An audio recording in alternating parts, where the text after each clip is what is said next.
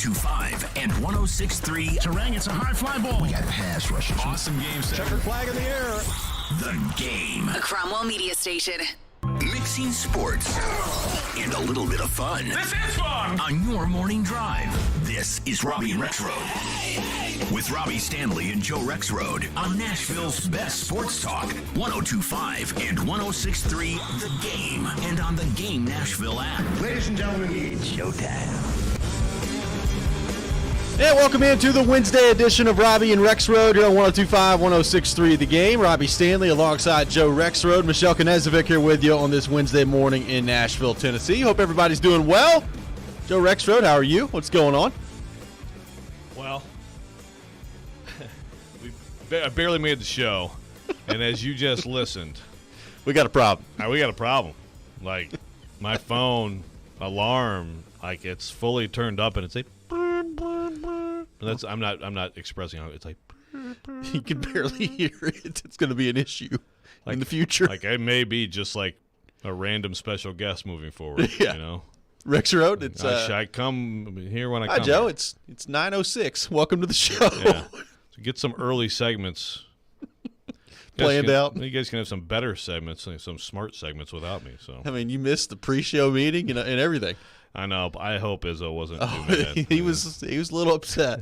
You know how he feels about tardiness, but You got to he do got over it. suicides later. Yeah, he got over it. Well, he's got like the #1 recruiting class for next year putting together, so he should be in a better mood. Really pretty incredible he's able to do that and join us every morning in our pre-show meetings. It is, but it's Really just a discipline, testament to man. him. Yeah, it's just being organized. Yeah. You know. No question about it. Michelle, what's going on? How are you? Doing good, guys. One of those nights, though, probably got about 3 hours. So it's going to be a good day. 3? Yeah. Why is that? You know, too hot, too cold, too hot. yeah. One leg under the covers, one leg out of the covers. Yeah. And then One you of just those. get mad, you know, and you lay there and you're just really mad and you're like, oh, gosh. Yes. I have This to is wake the up worst. in 4 hours. It's always fun. Yeah, that sucks. I'm sorry. That's okay. Sounds like we're going to have a great show. Yeah, no. Robbie and I each have an ear that works on our headphones. Yeah. it's- So between the two we're of us, rocking. we can kind of hear what's going on, too. It's a great start to the program here today. Joe, some sad news late last night. Vin Scully passing away at the age of 94. Legendary broadcaster, obviously a long time with the Dodgers. Retired a few years ago, but Vin Scully, I think you make a pretty good argument, the voice of baseball as a whole, passing away last night at the age of 94. You talk about a sad week in the world of sports. Bill Jeez. Russell passing away, Vin Scully passing away, and, you know, two obviously very different guys in very different roles, but two sports icons. And Vin Scully, talk about a life well lived and a legendary career. You're probably not going to ever top Vin Scully in terms of baseball and what all he meant in the broadcasting world. Just incredible stuff from Vin Scully. Very sad. He passing away at the age of 94. Yeah, my gosh, what a terrible week. I mean, it's great, you know, those two guys between them. What? I'm doing math. 182. 182 years between them. So, I mean, they lived great lives, but rest in peace, Vince Scully. Terrible loss just after Bill Russell. And I would have to agree. Baseball, I feel like baseball, different than probably any other sport. I think a lot of baseball fans identify most with their announcer, Agreed. right? You know, because there's so many games and you have your radio or TV announcer. So like in football, not that it doesn't happen in football and other sports, but I think more in baseball than anything. But I think it's a slam dunk. I mean, there are other candidates for that. Jack Buck, although he wasn't on national too long, he was Cardinals most of his career. But I mean, Vince Scully is the voice of baseball, and also while doing the Dodgers that whole time as well, just an unbelievable guy by all accounts too. Yeah, I mean, they're showing highlights on ESPN right now of, the ball going in between Bill Buckner's legs and Hank Aaron hitting the record-breaking home run, and Vin Scully's a part of all that. Like, it really is incredible when you think about the scope of his career and how many different moments he either saw or was a part of. I mean, there was they replayed a few minutes ago President Reagan in the booth with him. I mean, it was just pretty incredible, like the scope of Vin Scully's career and how many different things he saw. Yeah. Over a long Long time. time. I mean, and he, like, when did he hang it up just like a couple of years ago, I want to say right? it was like 2019. Yeah. Like, it wasn't that long ago. Right. I mean, he was still going strong into his 90s, which is just amazing. Pretty incredible stuff. So a life well lived from Vin Scully, and obviously a very sad night late last night it announced that Vin Scully passing away at the age of 94. So, Joe, you were on the field yesterday for Titans training camp, and apparently Malik Willis getting a lot of looks yesterday on the field at Titans training camp. What did you see from the young Titans quarterback who we've talked a lot about so far during training camp? Had some good days, had some rough days, some days in between where you're just trying to learn, the task of playing quarterback at the NFL level. And we talked about this when he got drafted. Probably going to be a while, going to be a process for Malik Willis in terms of learning what it takes to play quarterback at this level. What did you think of Malik Willis yesterday and the look that he got? Well, when you get that kind of a look, there's just going to be more opportunity to make plays, and he made some plays, some really good plays. I don't know that I came away from yesterday thinking that he had turned the corner or had some big breakthrough. But one thing that you did see is that, and this is what I figured, and he actually said this. I know we're going to play some Malik Willis sound later too. He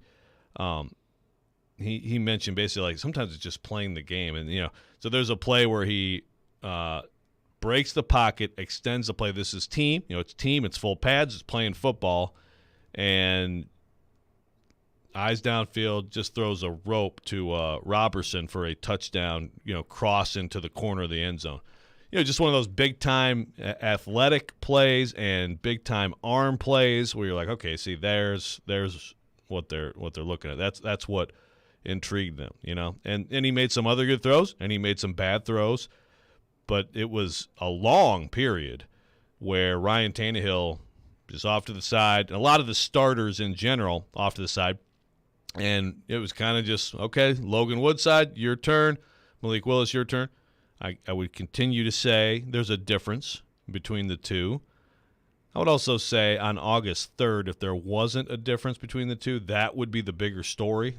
That'd be the dog bites man, the idea that the rookie's coming in with someone. I understand that Logan Woodside has not played on the field, but Logan Woodside's been around here for a long time, and he's done what you have to do as a backup, which is pretend you're the starter and get ready, and he's been pretty solid, pretty consistent. It's not like – I would not say Logan Woodside's had a great camp, by the way. He's had his ups and downs. But it was a long period of those two, and I think within that you definitely saw more of, the good stuff from Malik Willis. Well, he certainly put his IQ on display yesterday on the one-on-one open field tackling, and he looked up and saw Jeffrey Simmons in front of him and said, "You know what? I think it's probably a good idea if I just get on the ground here." Just hit the ground, man. Yeah. So it's good to see from the quarterback that even at a young age, it's like, you know what? Probably don't need to be hit by Jeffrey Simmons. Let's just go to the ground. That's just not that Jeffrey Simmons would have probably hit him there, but I'll just go to the ground. Probably not. I'll take my chances. Probably not, but yes. Don't make that a possibility. Yeah, good stuff from Malik Willis. So why do you think that he got such a long look? Is it just you trying to see what you have there if you're Vrabel and see the progress that he's made, trying to give Tannehill and the veterans a bit of a break on the field, maybe a little bit of both? What did you think went into that yesterday? Yeah, probably a little bit of both. Look, they have brought in people to challenge Logan Woodside here and there, and as we know, he has just dispatched them and said, "Thank you for playing. Yes, See I'll you be later." here. You go elsewhere. But they haven't had a situation like this, right, where they've actually really invested in the other quarterback who's coming in, and where the other quarterback could be a big part of their future. So it was. I don't remember a period exactly like this, like last year. But to me, it definitely read like, okay, let's give these guys a real chance, to get out there and play, and play the game. Full pads. Let's see what they got. And Tannehill's been playing well. I know that Tannehill wasn't happy with his practice or the offense's practice on Monday. I would say, he threw it very well yesterday, and the offense, I would say, kind of got the defense back. So that could be part of it too. It's like, okay, the offense, the ones played so well. You know what? Take the rest. It could have been that spur of the moment, but it seemed more intentional to me on Vrabel's part, just to really look at those guys. And by the way, at one point, what was Lawan? It was right in front of me. And all these fans are there, too. He's like, offense beat the BAP out of the defense. First time in 2 years. Like, take it easy, buddy. dude. It's a spicy day for Lawan Yeah, yesterday. apparently, yeah. But I don't know if that was part of it or not, but either way, it was a long period. It was very interesting. And there were a lot of other plays made by other people in there, too. So Farley had kind of an up-and-down day. He got smoked by Racing McMath on a deep ball, which Racing McMath got hurt on. But then he came back, so I think it was fine. I don't know if it was just getting the wind knocked out, but he came back. But Racing McMath had kind of a day. But then Farley, in that period, had a terrific play to break up a pass for Nick Westbrook-Akina. And I don't remember if that was from Willis or from Woodside, but, really good play. There were other good plays made in that as well. And, it was good. I think it was good for Malik Willis.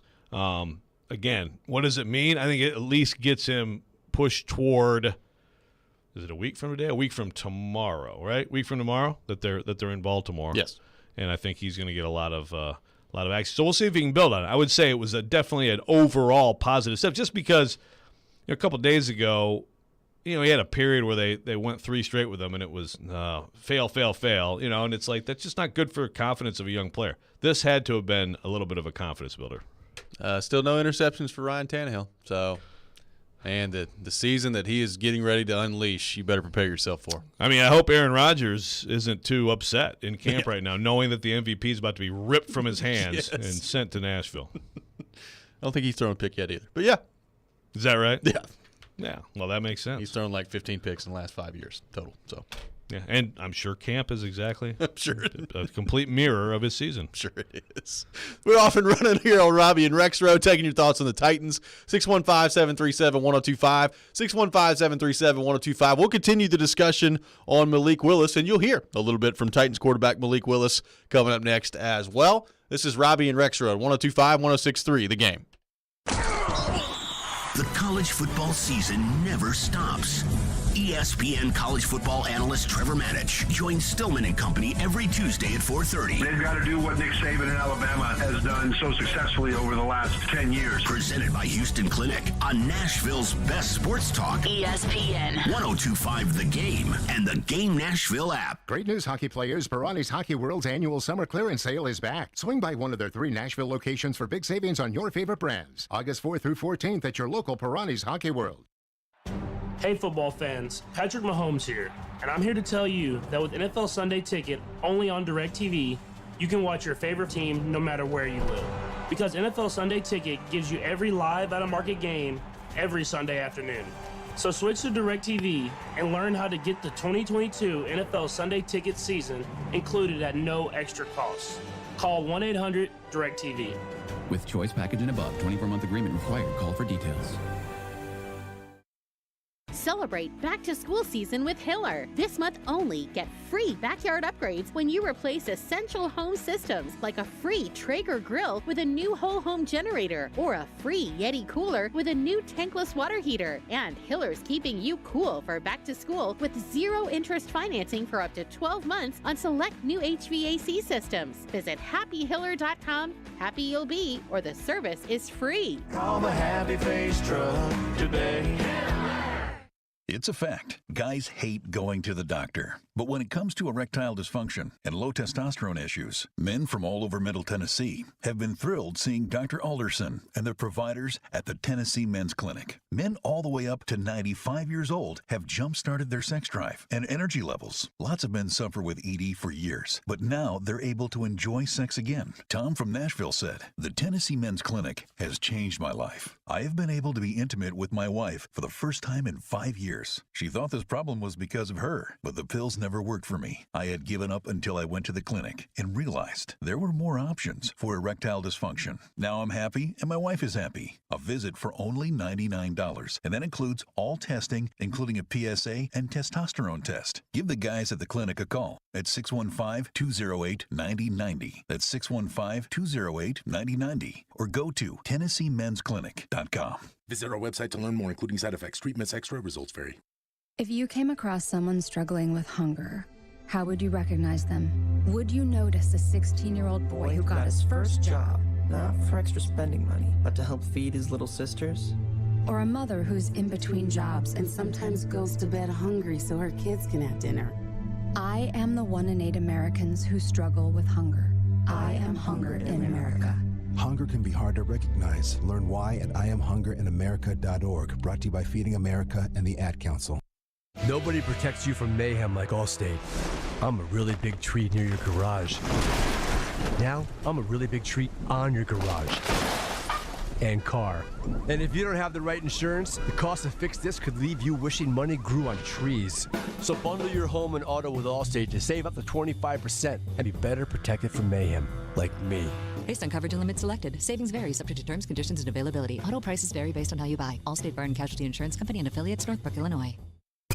We want to hear from you. Thanks for taking the call. Join the conversation.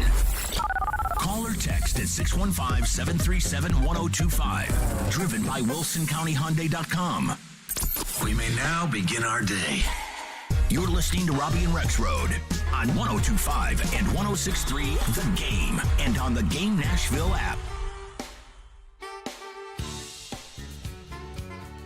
Welcome back in, Robbie and Rex Road here on 102.5, 106.3 The Game. We are streaming live on Twitch, Twitter, YouTube, and Facebook. Our video streaming brought to you by the law offices of Amanda Gentry. We are live from the Hillside Medical Game Studio on this Wednesday morning in Nashville, Tennessee. Also live from South Antarctica here. It's very cold in the studio today.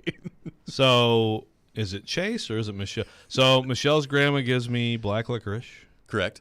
And now we have this in the studio. This Is Michelle trying to kill people? To silence us all. Because I am freezing out here. I put a is. dress on today because I was hot yesterday with pants and a long sleeve. It is just the struggle bus. It is winter storm warning conditions in here. Unbelievable. Gosh. I always wanted to be part-time meteorologist. Feel like it's what I'm doing right now. Yeah. That's good. I'm impressed that you can just go short-sleeved in here. Well, you good may not, for you, man. May not happen much longer. May look over and I'm no longer doing the show with you at some point. We'll see what happens on that front. So we've talked about Malik Willis and his camp thus far. Malik Willis caught up with the media yesterday and some interesting points brought up in that conversation. Here's what Titans quarterback Malik Willis had to say after practice yesterday. Malik Willis. I think I just learned the importance of timing and how it affects the whole play. I feel like that's the biggest portion that I've learned from. You guys had like a 23-minute period where you and Logan going back and forth with reps. How valuable was that opportunity to have that much time to go through practice? I mean, it was really good because there's 3 of us, so we split reps how we split reps. And I just felt really good about getting that a lot of those reps and a lot of these plays that we've been going over but may have not a rep, and it's just been really cool. Coach Downing said he wanted you to match your footwork to your processing. What does that mean to you? Can you explain that? That means I'm processing faster than what I'm used to going within my footwork process. Like, I'm processing the information and knowing what I need to do, but in order to be on time and be able to throw anticipation, I need to help my feet get up to with my processing ability. So it's like knowing what to do, but just getting the reps where you're able to do it without thinking, you know? How do you accomplish that? Reps. Just reps, period. It looked like you were much more decisive in that long team period there, letting the ball go quickly and letting the receiver come out of his break and all. You're starting to feel a lot more comfortable in terms of that every day? I mean, that's just kudos to my teammates, going and getting open and having time too. So I just appreciate the O-line, appreciate my receivers from getting open, and these are plays that we've been repping, so I feel like I should start to pick it up. Are these the kind of steps that you expected, Malik, coming in here, especially maybe coming from from a smaller school as well? I don't think that matters. Right. But I guess maybe just in general. I mean, it's football, bro. At the end of the day, it's just how willing are you to work at it and understand new terminology and new concepts and just going against the best players in the world. With limited reps in practice, what are some things you're doing outside or after the practice hours to get that football process to speed up to it? This camp, brother, we doing a lot. We got a lot of time during the day in this building after y'all leave. So we've just been working on it a lot. And Malik, obviously in college you're getting all the reps. Here, maybe reps are more spread out. How do you take advantage of those? What's kind of your mindset when you get one? I mean, you just try to be thankful for our opportunity, and whenever you get it, you take advantage of it and be back there taking mental reps on all the plays. And that's what Coach Rabel's been trying to get me to focus on, even when I'm not getting a rep. Just take a mental rep, see what the coverage is, see how it plays out, and all that type of stuff. With all those reps, Malik, how would you say you have progressed since day one to 10 facilities? Talking about like rookie minicamp day one? Sure. Oh, I don't like years ahead of where I was, but that's just from help from my coaches and just dedicating the time to just study this information. Did you think it would be like that much progression that quickly for you as far as the... I didn't, but they told me it would.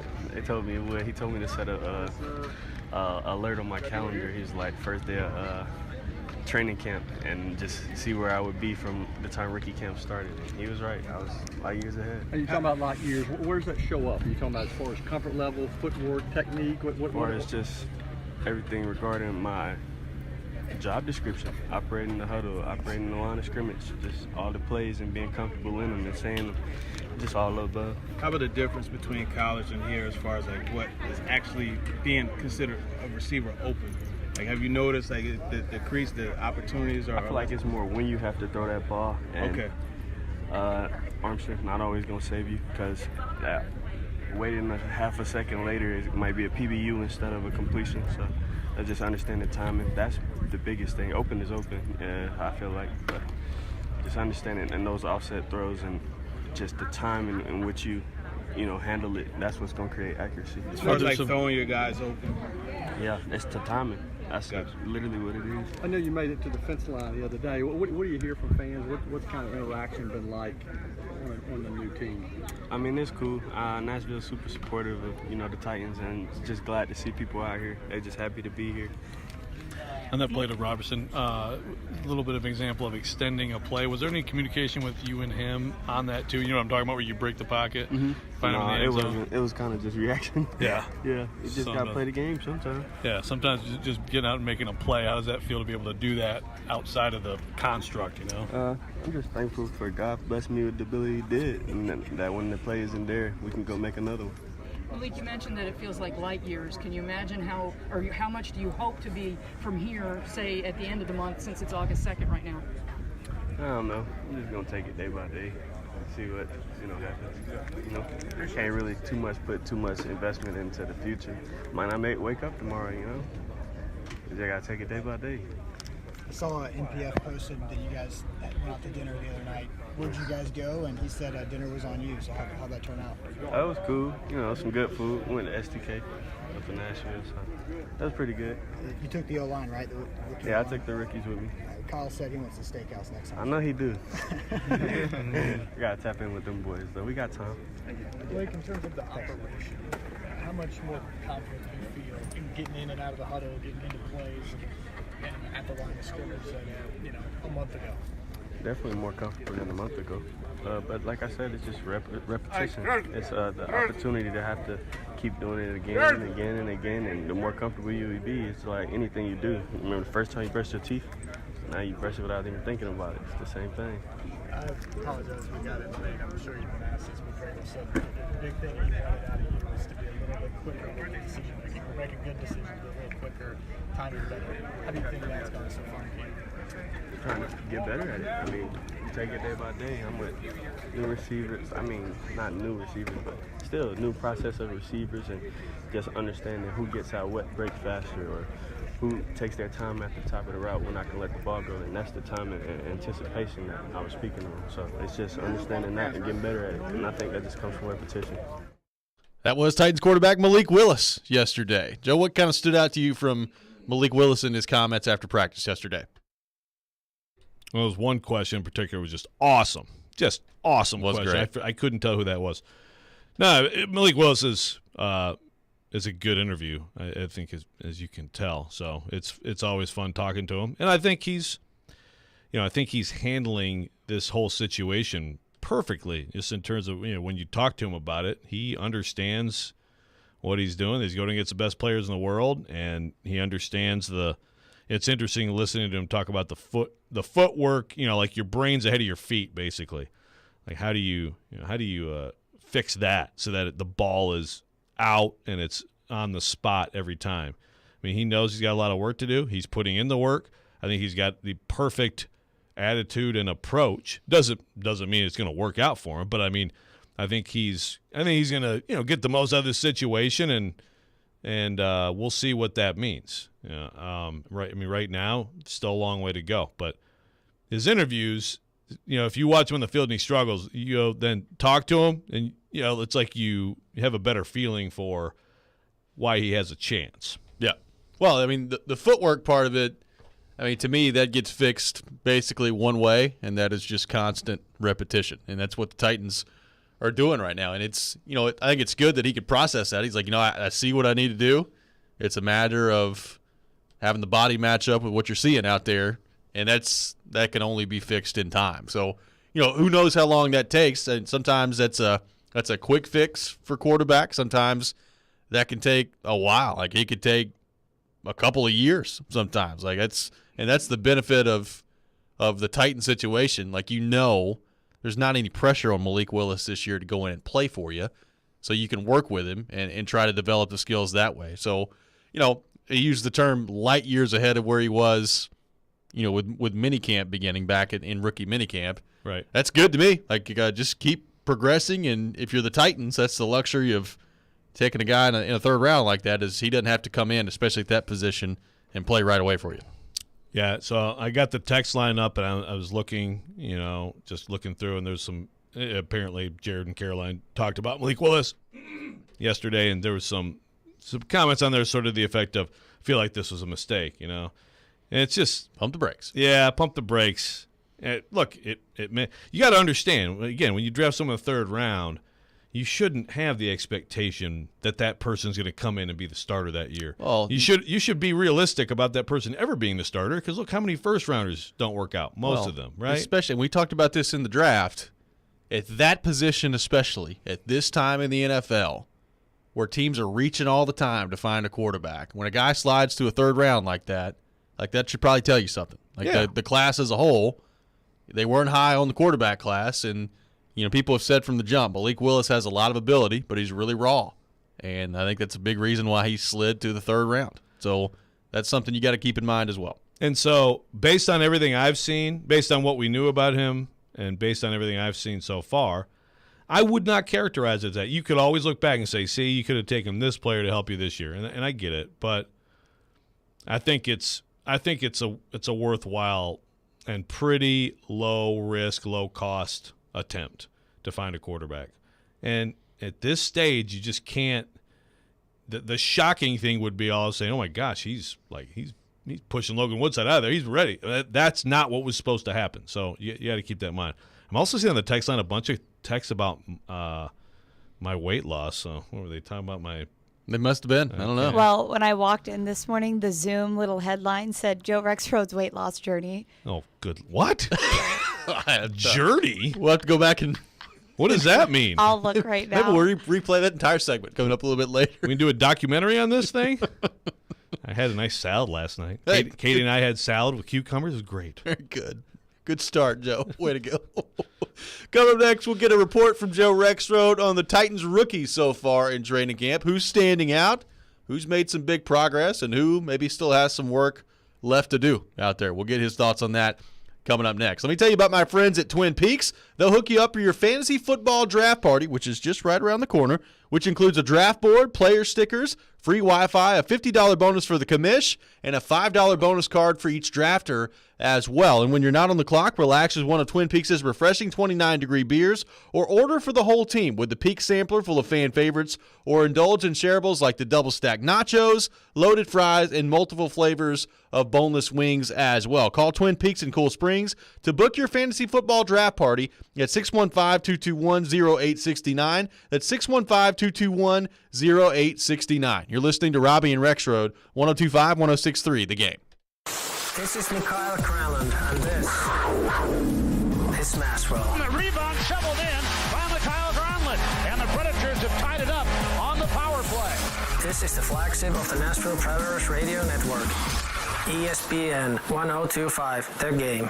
Great news, hockey players. Barani's Hockey World's annual summer clearance sale is back. Swing by one of their 3 Nashville locations for big savings on your favorite brands. August 4th through 14th at your local Barani's Hockey World.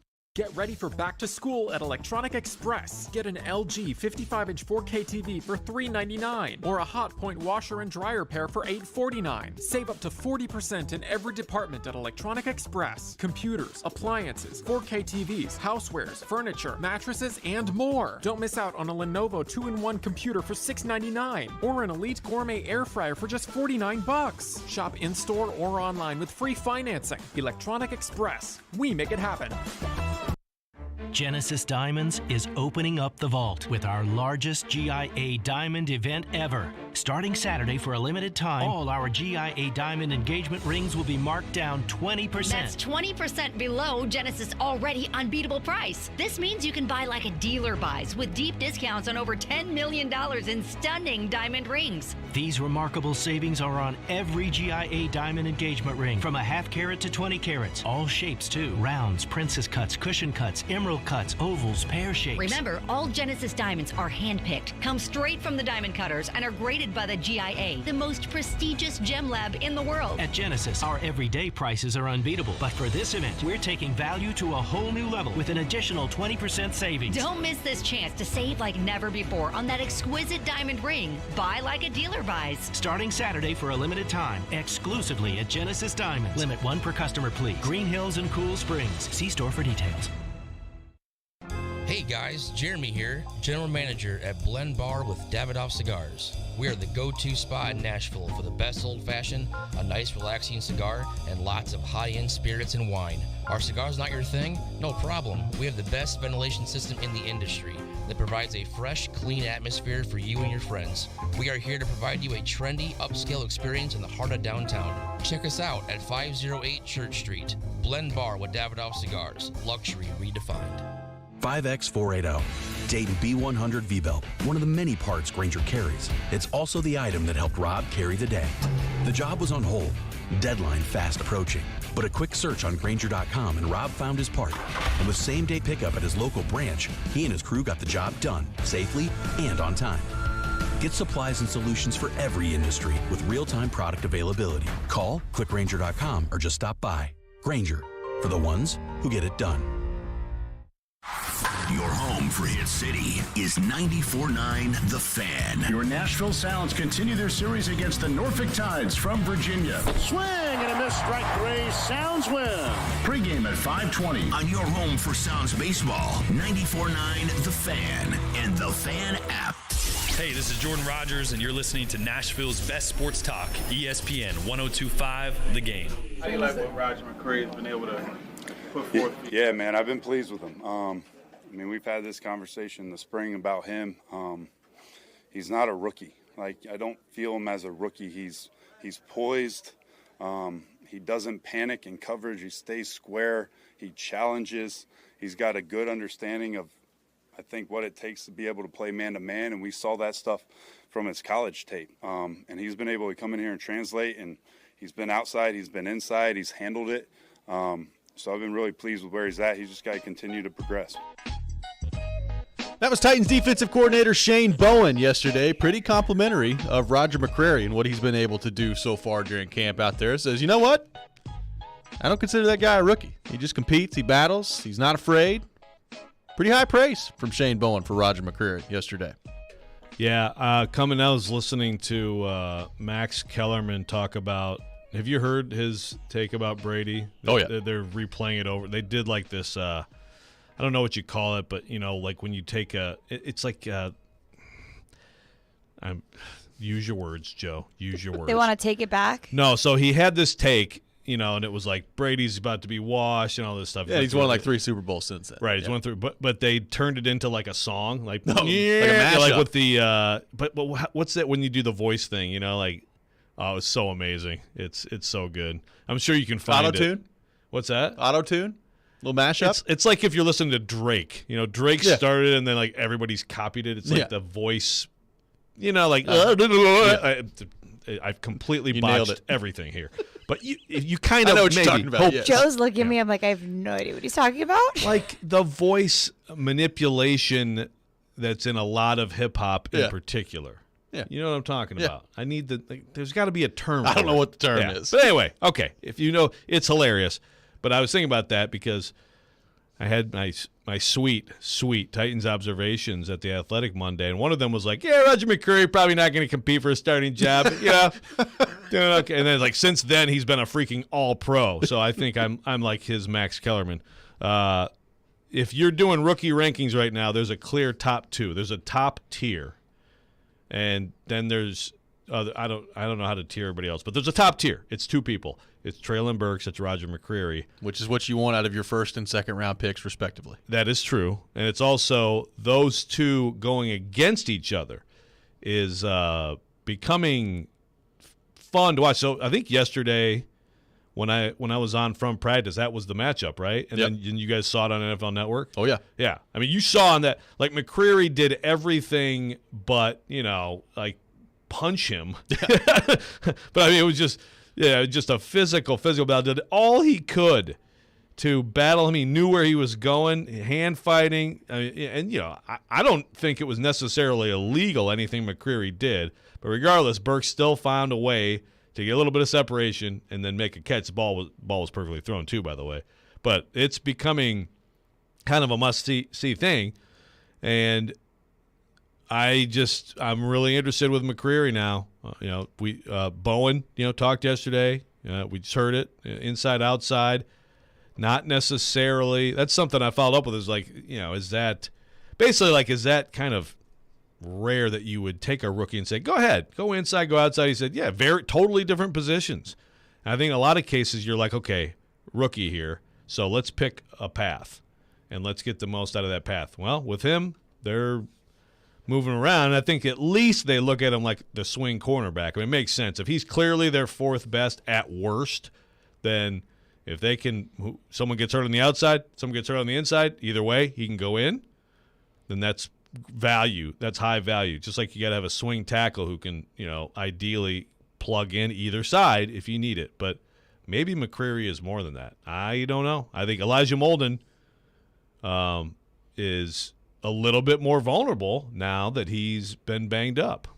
Well, and I love Burks and Mccreary going against each other from the standpoint of this. Like Mccreary, and you know this, whether you're inside or outside, but especially outside, you're going to go up against a lot of different types of receivers. So sometimes it's burners.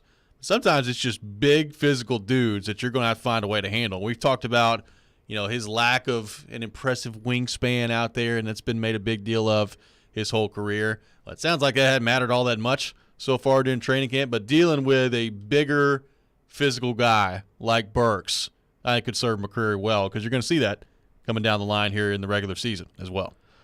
Yeah. If you're outside. Yeah. Probably not going to see too many huge guys in the slot. Right. Yeah. No doubt. No, I mean, believe me, in terms of a look for Mccreary, yeah, Burks is I don't know what Burks is going to do production-wise this year. A lot to find out still about him, but as far as going out and here's a big, fast guy for you to deal with, you aren't going to find too many people in the league, who match up with his dimensions to go with speed. So those are your top 2. One thing that's amazing when you go through the rookies in this team, there are a lot, of course. Most of them are unsigned free agents, but we're talking about 20 rookies.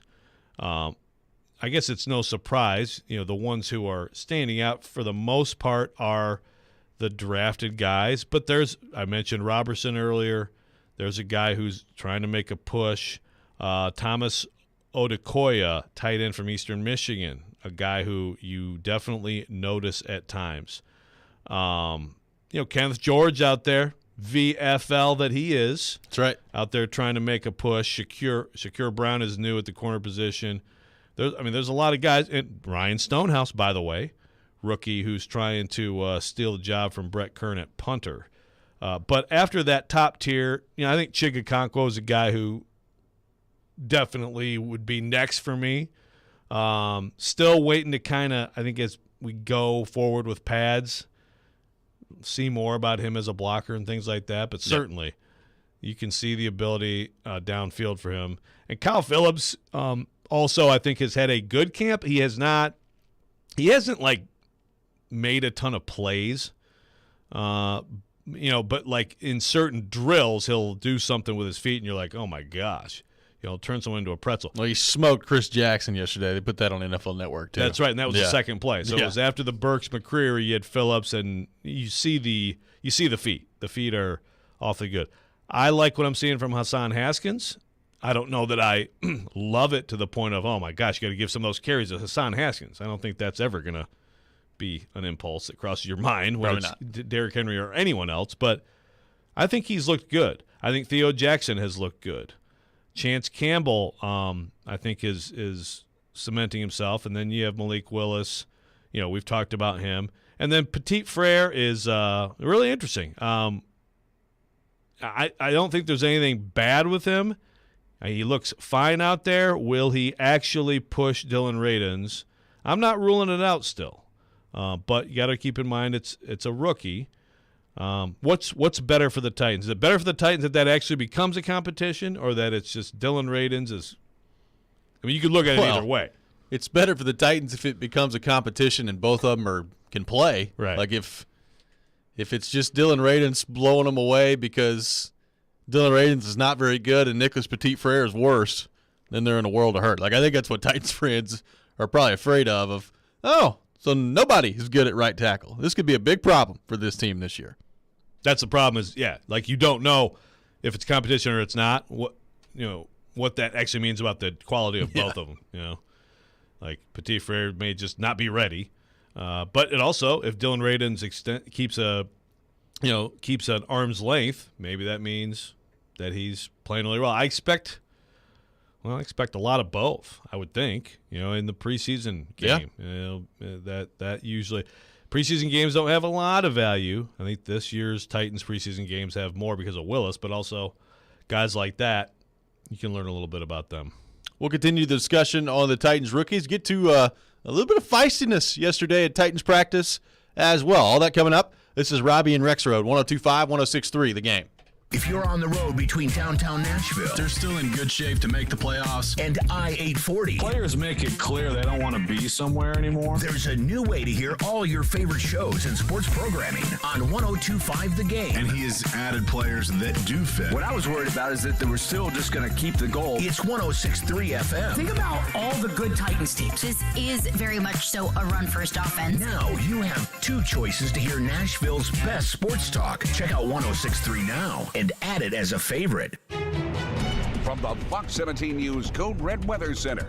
I'm Fox 17 meteorologist Greg Bobis. Today, highs in the middle 90s. And then you factor in the humidity. Will feel close to 100 during the afternoon. The possibility of a few isolated showers and storms. Most of us stay dry throughout today. Brought to you by Hiller Plumbing, Heating, Cooling, and Electrical. Call the Happy Face Truck today.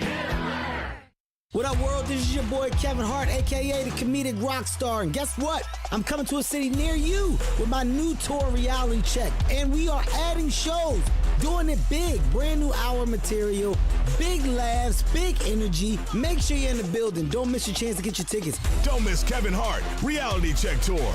Tonight at Bridgestone Arena. Get tickets now. Go to KevinHartNation.com now.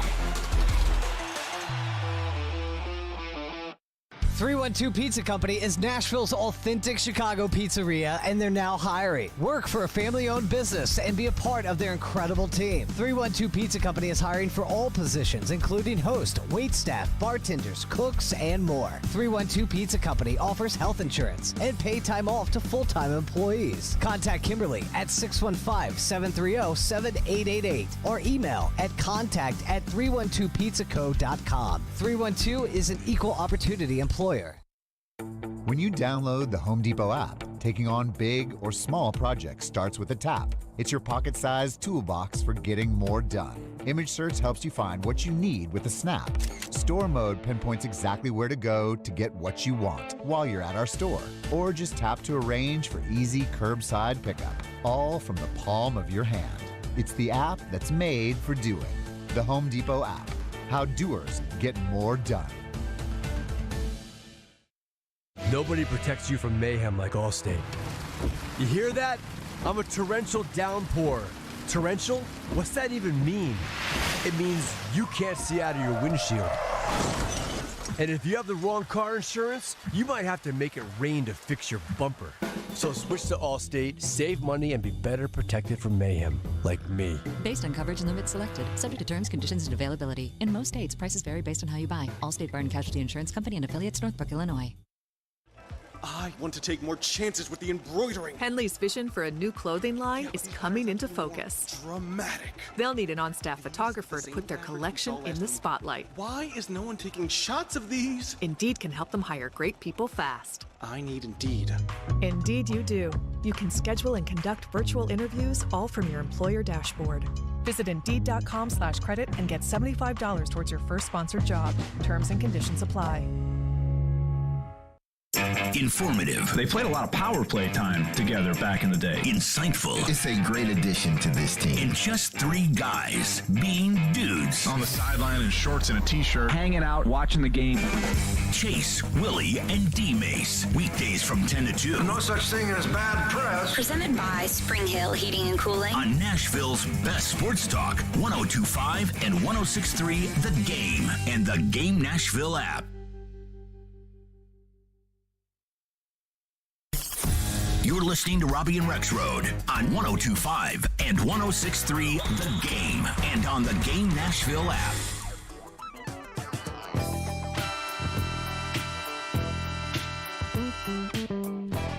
Welcome back in, Robbie and Rex Road here on 102.5, 106.3 The Game. Robbie Stanley alongside Joe Rex Road. Michelle Knezvik here with you on this Wednesday morning. We'll have Caroline Fenton coming up at 7 o'clock.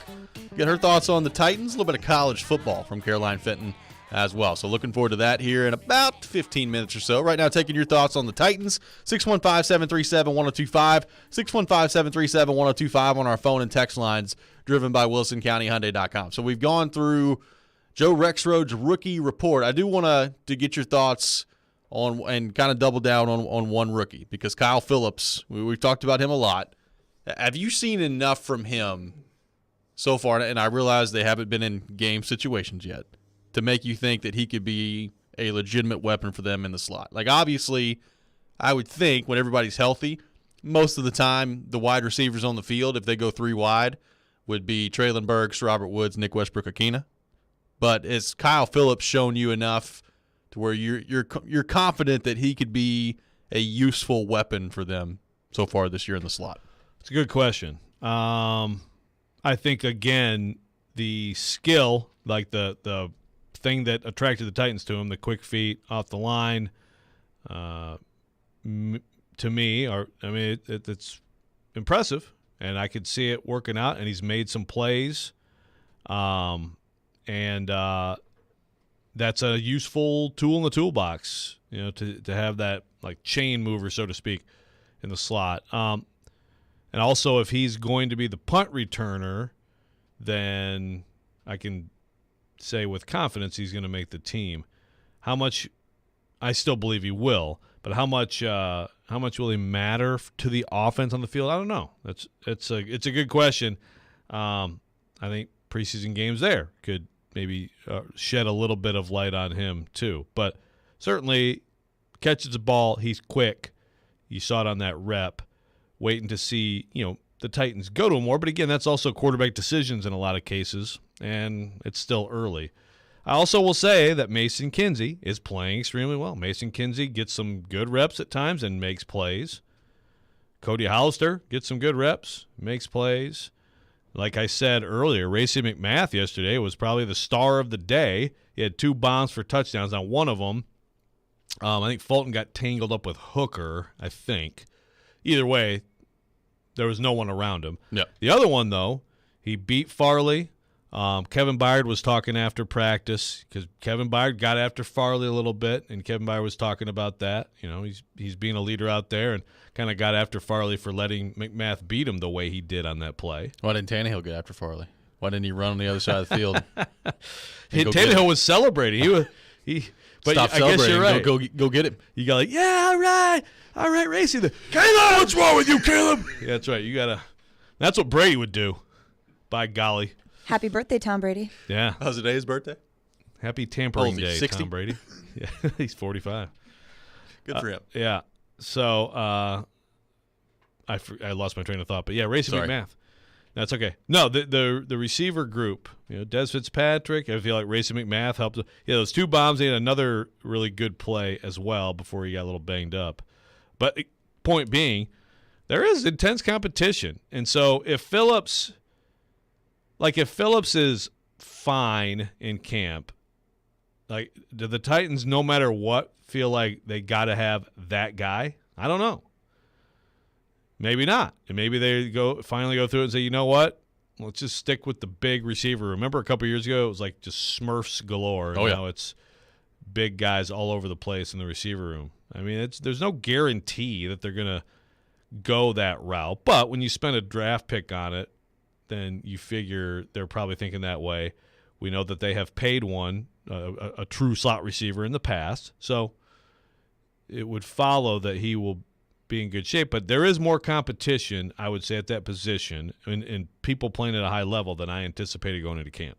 Joe, a little bit of feistiness yesterday at Titans training camp when you came on the air yesterday live from St. Thomas Sports Park at around 9:45. There was a report from A to Z Sports out there that apparently Jamarco Jones went after Taylor Lewan, and Vrabel basically kicked him out of practice yesterday, and he was back after the warm-up. So a little bit of offensive line on offensive line feistiness there. What was it like out on the field with pads? Anytime the pads come on, you expect that this could happen, especially when you've been at camp for a little while. But the offensive line on offensive line one doesn't happen all that often. It's usually offensive line and defensive line. Right. Yeah, it's usually heat of the moment, guys smashing into each other and getting mad about it. But I asked around on that, and apparently they were kind of huddling up.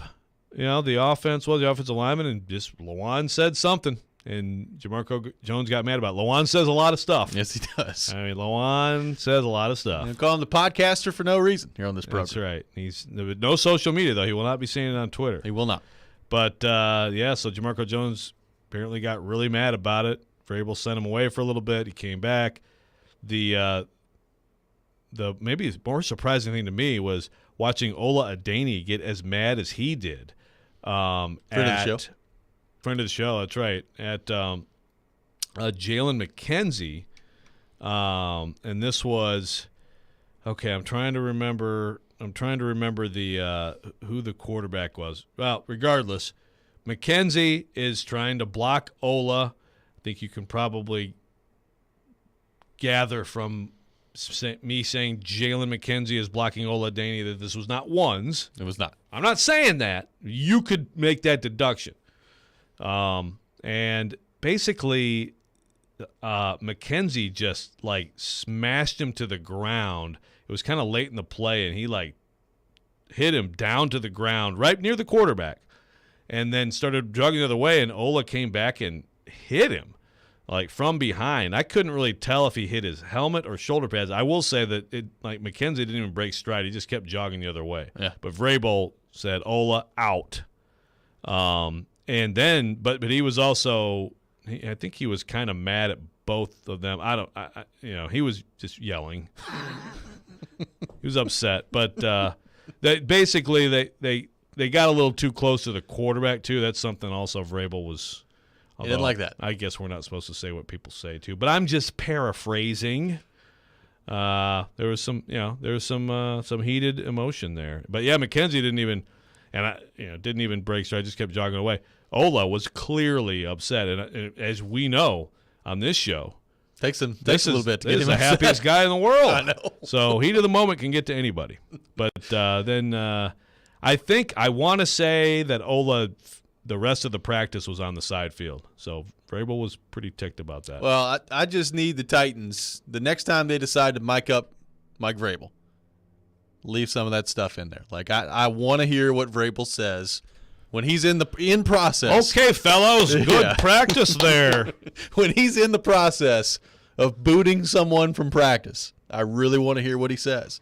I know that he's like a choir boy out there, according to the last time they mic'd him up at a practice. But I'd really love to see just the whole thing. I think I would watch an hour and a half straight of Mike Vrabel mic'd up at a practice. I really do. There would be nothing more entertaining than Mike Vrabel, especially at a practice that doesn't go well. But basically, it's like, okay, guys, let's get this practice going. And then at the end, all right, good practice, fellas. Okay. Okay, That's way to the go, entire guys. audio that can be used. You did a good job. Way to go. Just beautiful. I'd pay a good amount of money. Liam on the text line, driven by WilsonCountyHyundai.com, says the Titans have spent a ton of draft capital on corners the last few years. Will it be enough to match up with the likes of the Bengals receivers this year?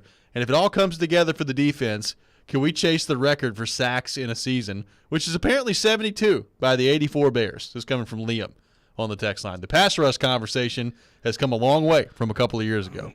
Yeah. Breaking the all-time NFL record. Yeah, my goodness. Let's pump the brakes on that one a little bit. Is that right? 72 by the 84 Bears actually beat the 85 Bears? Wow, that's a heck of a trivia question if you're right, Liam. Will these corners be enough to match up with the likes of Bengals receivers? Let's make it clear. If you have enough time, if you're Jamar Chase, you're going to win, right? Yeah. Like, you're going to win. Probably you're most of the time when you don't have enough time if you're Jamar Chase. That may be true too. So, the best of the best receivers are just you can't really cover them, right? But obviously it's a hugely important position. It's a passing league, and I do think the Titans are in better shape. Again, if Farley is going to transfer what he's doing right now to actual football games, I really like the corner group. I really like the defense. And now that Mccreary is surging here, without question, he's surging in camp. If that can translate too, then they have options. I've anticipated Elijah Molden making a jump this year. Everything about him tells me he will, but right now he's not healthy. Fulton's actually kind of had a tough camp. I will say that too. Fulton has maybe at times been caught being too aggressive, and the ball's gone over his head a few too many times. But I think we saw Fulton through a season of football play well enough that I feel like that's a solid spot. So if you have pass rush with those guys, that's a good group. If you have no pass rush, I don't care who you have out there. They're going to get beat. Well, and the Titans feel like they've got some pass rush, so we'll see what happens on that front this year. Coming up next, we'll be joined by Caroline Fenton from Stillman & Company. We'll get her thoughts on the Titans so far during training camp. Get a little college football talk in there as well. That's next. This is Robbie and Rex Road, 102.5, 106.3, The Game. Your speaker at home is so smart that even Alexa knows where to find Nashville's best sports talk. 102.5 The Game is Nashville's best sports talk. Ask Alexa to enable 102.5 The Game. Once enabled, ask Alexa to play 102.5 The Game. Welcome to 102.5 The Game. We are Nashville's best sports talk, ESPN 102.5 The Game. ElectronicExpress.com. We make it happen. Is your mattress keeping you up all night, tossing and turning, needing a new mattress but don't know where to go? Well, shop at Social Furniture today, where they sell comfort. They have all of the top brands like Sealy, Stearns & Foster's, Simmons, Serta, and Purple Mattress. Social Furniture offers sofa beds, loft beds, twin beds, queen beds, king beds, kids beds, and beds for your whole family. There's no waiting, and they have same-day delivery. Visit Social Furniture in West Nashville at 5412 Charlotte Avenue. Forget the big box store. Shop local. Shop social. When you download the Home Depot app, taking on big or small projects starts with a tap. It's your pocket-sized toolbox for getting more done. Image search helps you find what you need with a snap. Store mode pinpoints exactly where to go to get what you want while you're at our store. Or just tap to arrange for easy curbside pickup, all from the palm of your hand. It's the app that's made for doing. The Home Depot app.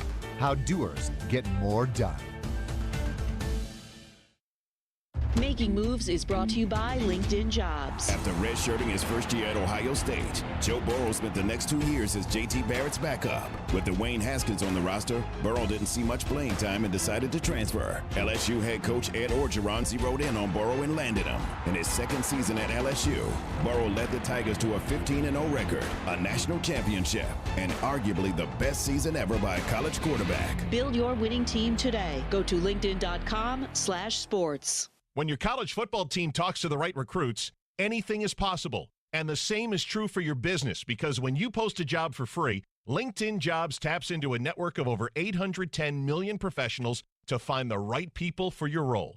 LinkedIn Jobs helps you narrow down to the most qualified candidates so you can start hiring the right people. Go to linkedin.com/sports to post your job for free. That's linkedin.com/sports. Terms and conditions apply. Get in zone, AutoZone. Welcome to AutoZone. What are you working on today? Thinking about gas mileage. An oil change with quality oil like Pennzoil Platinum Full Synthetic can help your engine get more out of every mile. Right now, you can get 5 quarts with an STP Extended Life Oil Filter for only $35.99. Get what you need for better fuel efficiency at any of our 6,200 stores or on AutoZone.com.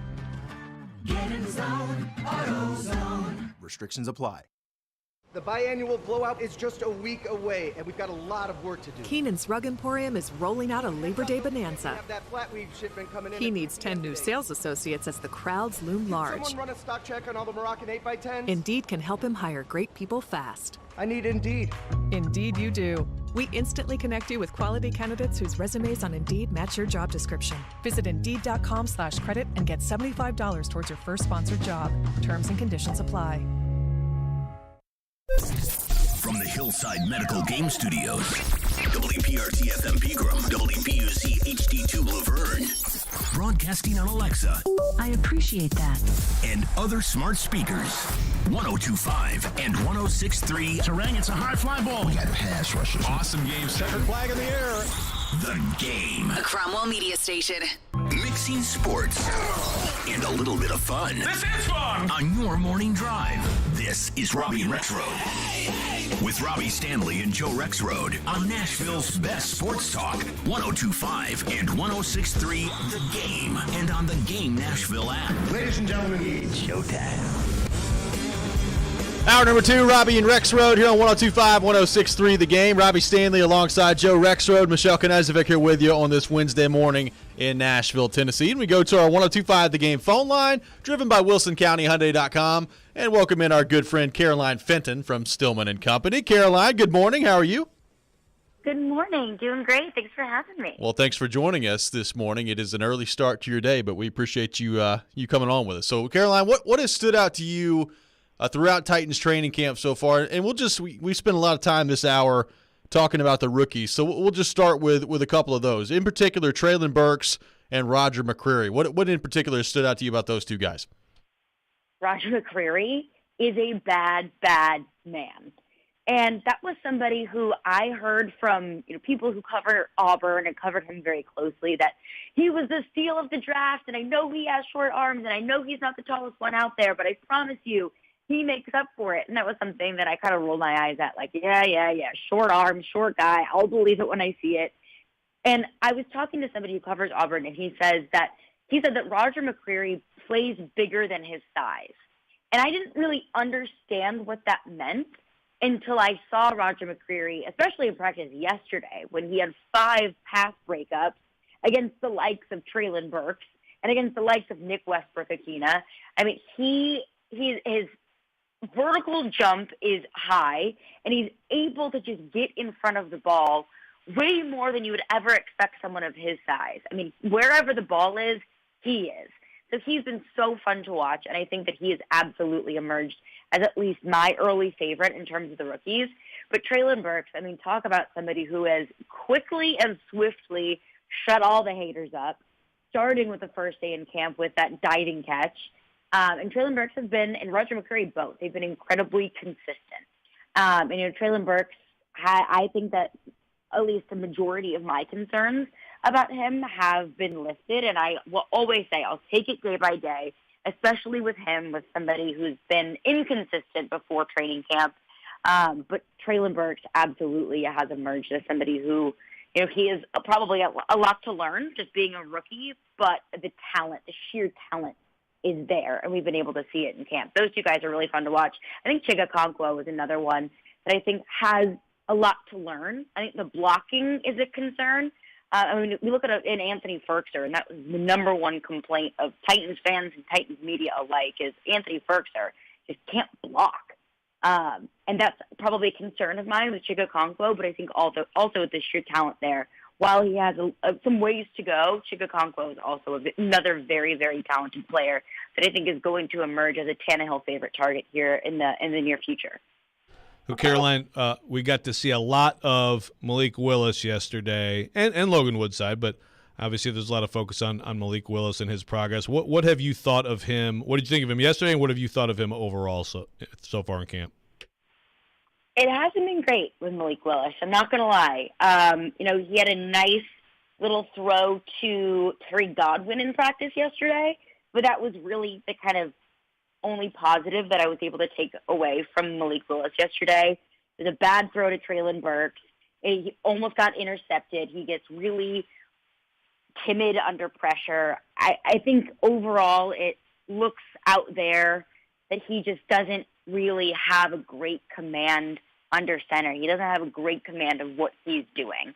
But also, I want to, remind everyone that I don't think any of us thought that Malik Willis was going to be a polished, finished practice going into camp or even throughout his entire first season.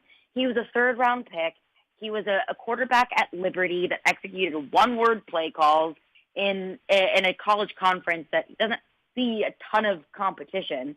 So it's understandable that he's going to have some growing pains and he's going to have a learning curve. And it's going to be a tough first year for Malik Willis, honestly, for him to just understand the playbook and for him to get confident under center going up against NFL caliber defensive linemen. It's going to take time. It doesn't mean that he's a bust. It doesn't mean that the Titans made a mistake taking a risk, and John Robinson even said it, called taking Malik Willis a risk. It's exactly what it was because it's high reward. If he works out, then great. You have your future franchise quarterback that you got in the third round. But if it doesn't work out, if Malik Willis can't get a grasp on this playbook or can't develop into an NFL quarterback, which based off of what I've seen, I don't want to go crazy here and put a label on him for the rest of his career after just a few days in practice. I don't see him necessarily developing into a future Pro Bowl caliber quarterback. Maybe he proves me wrong, but if he doesn't, that's okay. He was a third-round pick, and he, at this point, is a learning piece and a depth piece. Caroline Fenton on with us here on Robbie and Rexroad. So, Caroline, we got into this discussion yesterday morning, and it became very heated. And I want to get your thoughts on it as well. Boy. Who is the better college football program right now, Tennessee or Kentucky? Okay, so this is a fun conversation because I think we have to define the word program. I think when you hear program, you might think, okay, better team or better brand. I think program is an overarching umbrella term to bring in, reputation and how good of a team you have or have had over the last few years, your brand. I think it encompasses everything. And the Kentucky argument has been, well, Kentucky's been a better team over the past 5 years, which is true. Kentucky has a better record than Tennessee over the past 5 years. But also, let's not forget that Tennessee has Kentucky's number. And even when Kentucky had a 10-win season last year, Tennessee still beat them head-to-head. And I think that all wins and losses are not created equally. I look at a Kentucky team that was able to get 10 wins last year, but let's keep in mind that they were able to beat a Florida team that also fired their coach at the end of the season, also an LSU team that fired their coach at the end of the season. So while they had great wins on their schedule, those were against traditional powerhouse teams that were in a down year. I say overall a better program is Tennessee. Tennessee has a better brand. I think that if I have to predict the next 5 years, I think that Tennessee will have a better next 5 years because I believe in what Josh Heupel has at least done in his first year. I understand he went 7-6. Let's not go crazy. Let's not go overboard here. I'm going to have to see it in year 2. But I think that Hendon Hooker is, currently has better Heisman odds than Will Levis. Take that however you will. Will Levis is a hell of a quarterback. So is Hendon Hooker. Mark Stoops is a hell of a recruiter and a hell of a coach. I think at this point, Josh Heupel has shown us that he is as well. And pair that with the brand of Tennessee, I think overall Tennessee is a better program. But we talked to Trevor Matich yesterday, and he said, really when it comes to the thought of being a better program, the only thing that matters is with recruits. And I stand by that wholeheartedly. You can be a great program, but if recruits don't want to go to your school, then you're not going to be set up for success in the future. So I think when it comes down to it, what do recruits think? And when it comes down to it, who's going to be able to put together the better NIL packages? And at the end of the day, who wins more games? That was Kentucky last year, but I think in the next few years that'll be Tennessee. So I say Tennessee, but it's an interesting argument. It's an interesting discussion. I'm glad we finally have somebody with some sense in this discussion. Well, Thank you, Caroline. Okay, so I've thought about this. I think that there's two words that I said it yesterday, but I think I can say it more clearly now. Two words matter here. What's the better program right now? Because I still think a program is we saw Jeremy Pruitt's program. We saw Butch Jones's program. That is the coach's program. Would you guys agree or no? No, it's the football program. Well, if you can only do the everything taken into account, history, resources, all these things, if it's only one thing, then fine. I mean, no one's going to argue that, that Kentucky has more to offer than Tennessee. But when people say who has a better program, I say, okay, who's coaching? What have they done? I mean, so right now, Kentucky has a better program. I'm sorry. I'm sticking to it. Thank you. Somebody with some sense. Under Joe Rexrode's, classifications, yes. If you look at coach and what they've done, then yeah, Kentucky would have a better program because Mark Stoops has been there for 10 years. Yeah. But I also look at who is set up for more success in the future. You could really make an argument either way because we really don't know. But I think at this point, I think Tennessee fans feel a whole heck of a lot better about their future now than they did maybe 2 years ago. Caroline, last thing for you here. As you look at the SEC this year, obviously, a lot of people think it's going to be Alabama and Georgia and then everyone else. Who do you think is the biggest challenger to Alabama and Georgia in the SEC this year? Ooh, this is interesting. It's hard to not say Texas A&M since Texas A&M beat Alabama last year. But also Texas A&M has a good bit of question marks. They haven't named a starting quarterback. They lost the anchor of their offensive line in Kenyon Green to the NFL draft this past year. I'm still probably going to stand by Texas A&M, and that feels like the really easy answer. I look at coaching. I look at teams who have been able to do it before. They have a great recruiting class coming in. A lot of people want to say Tennessee. But Tennessee, I'll believe it when I see it. Let's not get ahead of ourselves. It's only Josh Heupel in year 2. I think they could potentially be a 9 or 10 win team, but I don't think that's going to be enough to give Georgia and Alabama a run for their money. So I go with Texas A&M, but I think the real true statement there is it's Georgia and it's Alabama, and the rest of the SEC is just going to be kind of a bleep show this year. We're all just trying to figure out what this SEC looks like in 2022. So I go with Texas A&M, but I don't feel good about it. Caroline, great stuff as always. Appreciate you making time for us this morning. Appreciate y'all. Joe, you sound thinner already. Yes. Well, that's funny. I was just going to ask you, I looked at the text line this morning, and there's texts from your show yesterday that are all about my waistline. I'm like, what's going on? Weight loss journey. I assume you guys were just giving me a vote of confidence? I was. To be fair, I was. Jared was not, to say that lightly. What did he say? I gave you a 60% chance to lose 50 pounds in 5 months, which was pretty good. 50% more than Jared gave you. Wait, what? He gave me what? 0%? 0. Yeah, he gave you a 0%. Yep, that is correct. I am. You know what? I'm. This is the motivation you needed. Fuel the fire. That's right. He is my Max Kellerman. I am his Tom Brady. That's right. Caroline, thank you so much. I appreciate y'all. Have a good one. Caroline Fenton, our guest here on Robbie and Rexroad. You can catch her every day here on 102.5, 106.3 The Game from 2 to 6 alongside Jared Stillman. We'll react to what Caroline had to say. Welcome more of your thoughts on our text line driven by WilsonCountyHyundai.com, 615-737-1025, 615-737-1025. This is Robbie and Rexroad here on 102.5, 106.3 The Game. Here they come, turn 4, final lap. Hey, it's Chase McKay. Be sure to join me tonight at 6 o'clock for a special Chasing Checkers previewing the Big Machine Music City Grand Prix. It's all presented by Hiller Plumbing, Heating, Cooling, and Electrical right here on 102.5, 106.3 The Game. Indeed believes less is more. That's why they have powerful tools to help you source, screen, and hire quality people faster. Learn more at Indeed.com/credit. In St. Pete, Clearwater, Florida, every day is a beach day. And with 35 miles of pristine, sugary white sand, it's easy to see why.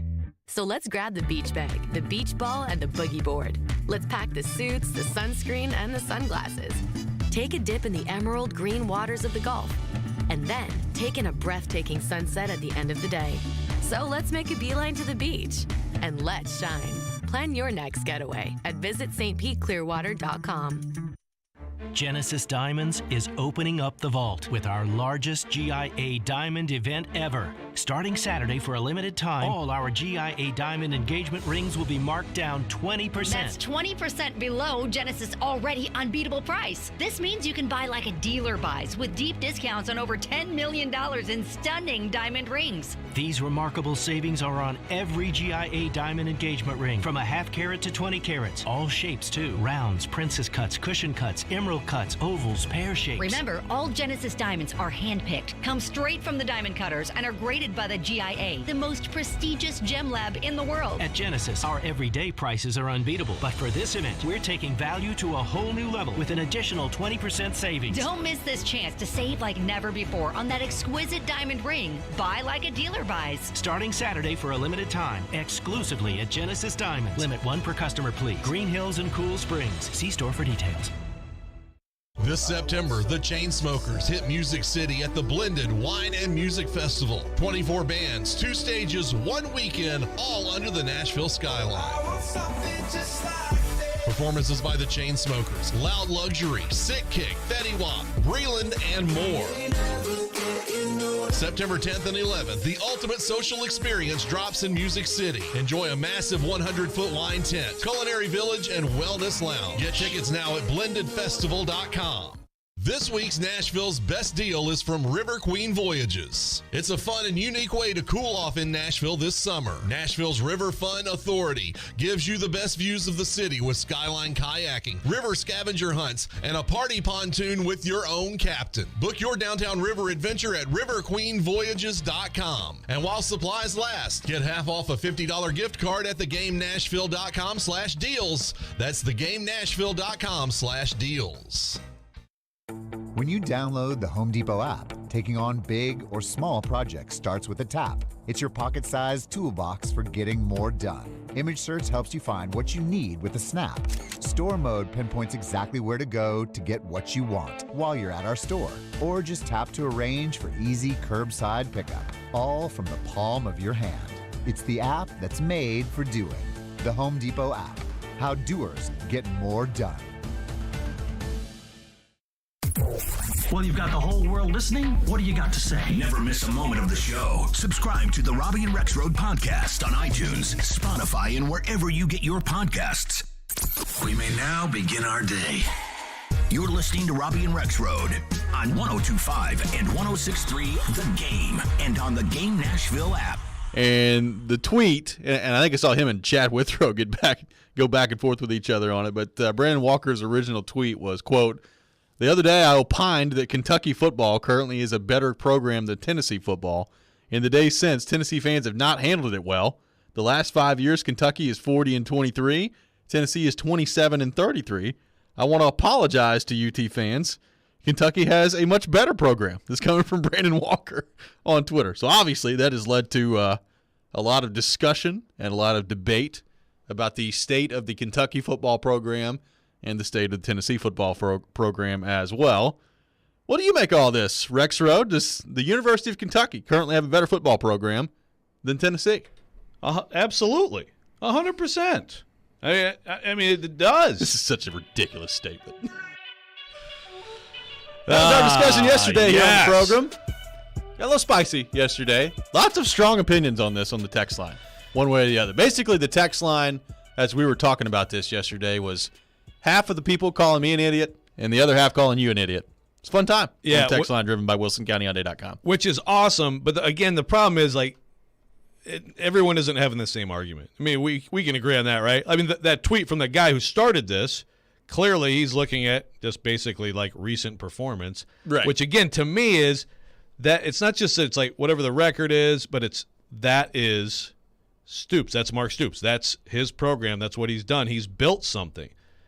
And, you know, you go through if you want to go through head-to-head, again, like, to me, I don't think as a Tennessee fan I'm touting anything Jeremy Pruitt did. You know? Like, it's just. Well, that's fine, but he still beat him. Like, I don't want to tout anything Jeremy Pruitt did. but he still beat Kentucky. He's gone. I understand all that. He's gone in shame. To me, it's like the Hamburglar has left the building. Look, this conversation really boils down to how are you defining program? I think that's what we've determined the last 2 days. Like, how are you defining program? Like, Pete on the text line says it's definitely the coach's program. Otherwise, the coach wouldn't matter. I'm not saying the coach doesn't matter. Like, the coach is part of the program. But the program is the whole thing, the whole operation. And look, to that point, and Caroline brought up recruiting, I think it's even more of a factor now what I'm talking about, because I think the coach is getting ready to matter less and less when it comes to recruiting. And I think we're seeing it right now with NIL. Like, the coach still matters, the system still matters, all that stuff still matters, but you can't tell me that NIL is not a big deal right now in terms of recruiting. So the coach is less and less a part of that as it comes to the program and landing recruits. So, Caroline brought up, Trevor Maddich yesterday talking about, well, which program do recruits want to go to? Well, a lot of that is NIL driven right now, especially with the top guys. And you're going to tell me that doesn't matter in a program? I think it matters. It does matter. I look at Texas. That'd be an interesting program to throw into this, because now and before, Texas was, by all accounts, just reeling in the recruits, right? But coach, they haven't gotten the coaching. So I agree with you. The coach who is the great program, who is just an incredible recruiter. Nick Saban in the living room is just amazing. Now it's going to be more like just what are you doing with your talent? Are you at a place that gets Jimbo's talent? got to go restock that fund, right? Yeah. So, but that said. To now, what Stoops has done at Kentucky, tremendous. It's overachieving by far their profile. I would agree with you that if you can only judge this by everything, then okay, well then there's no reason to have even a discussion about it, really. But the argument that was put out by that guy, Brandon Walker, is viewing it like, who's in charge and what are they doing? Right now, what is your program? Right. Like Nebraska, that's a great point on the text line. Great historical program. You could still put them up with history, tradition, I guess resources, yes. They're in a bad spot with recruiting is a big problem. But still, like, you put Nebraska among the greatest programs ever. But right now, if you say, who's better program, Nebraska or, pick all kinds of schools, and you'd say you couldn't say Nebraska. Yeah, Army. Nebraska Army, I think, had a really good game a couple years ago. No, that was Oklahoma.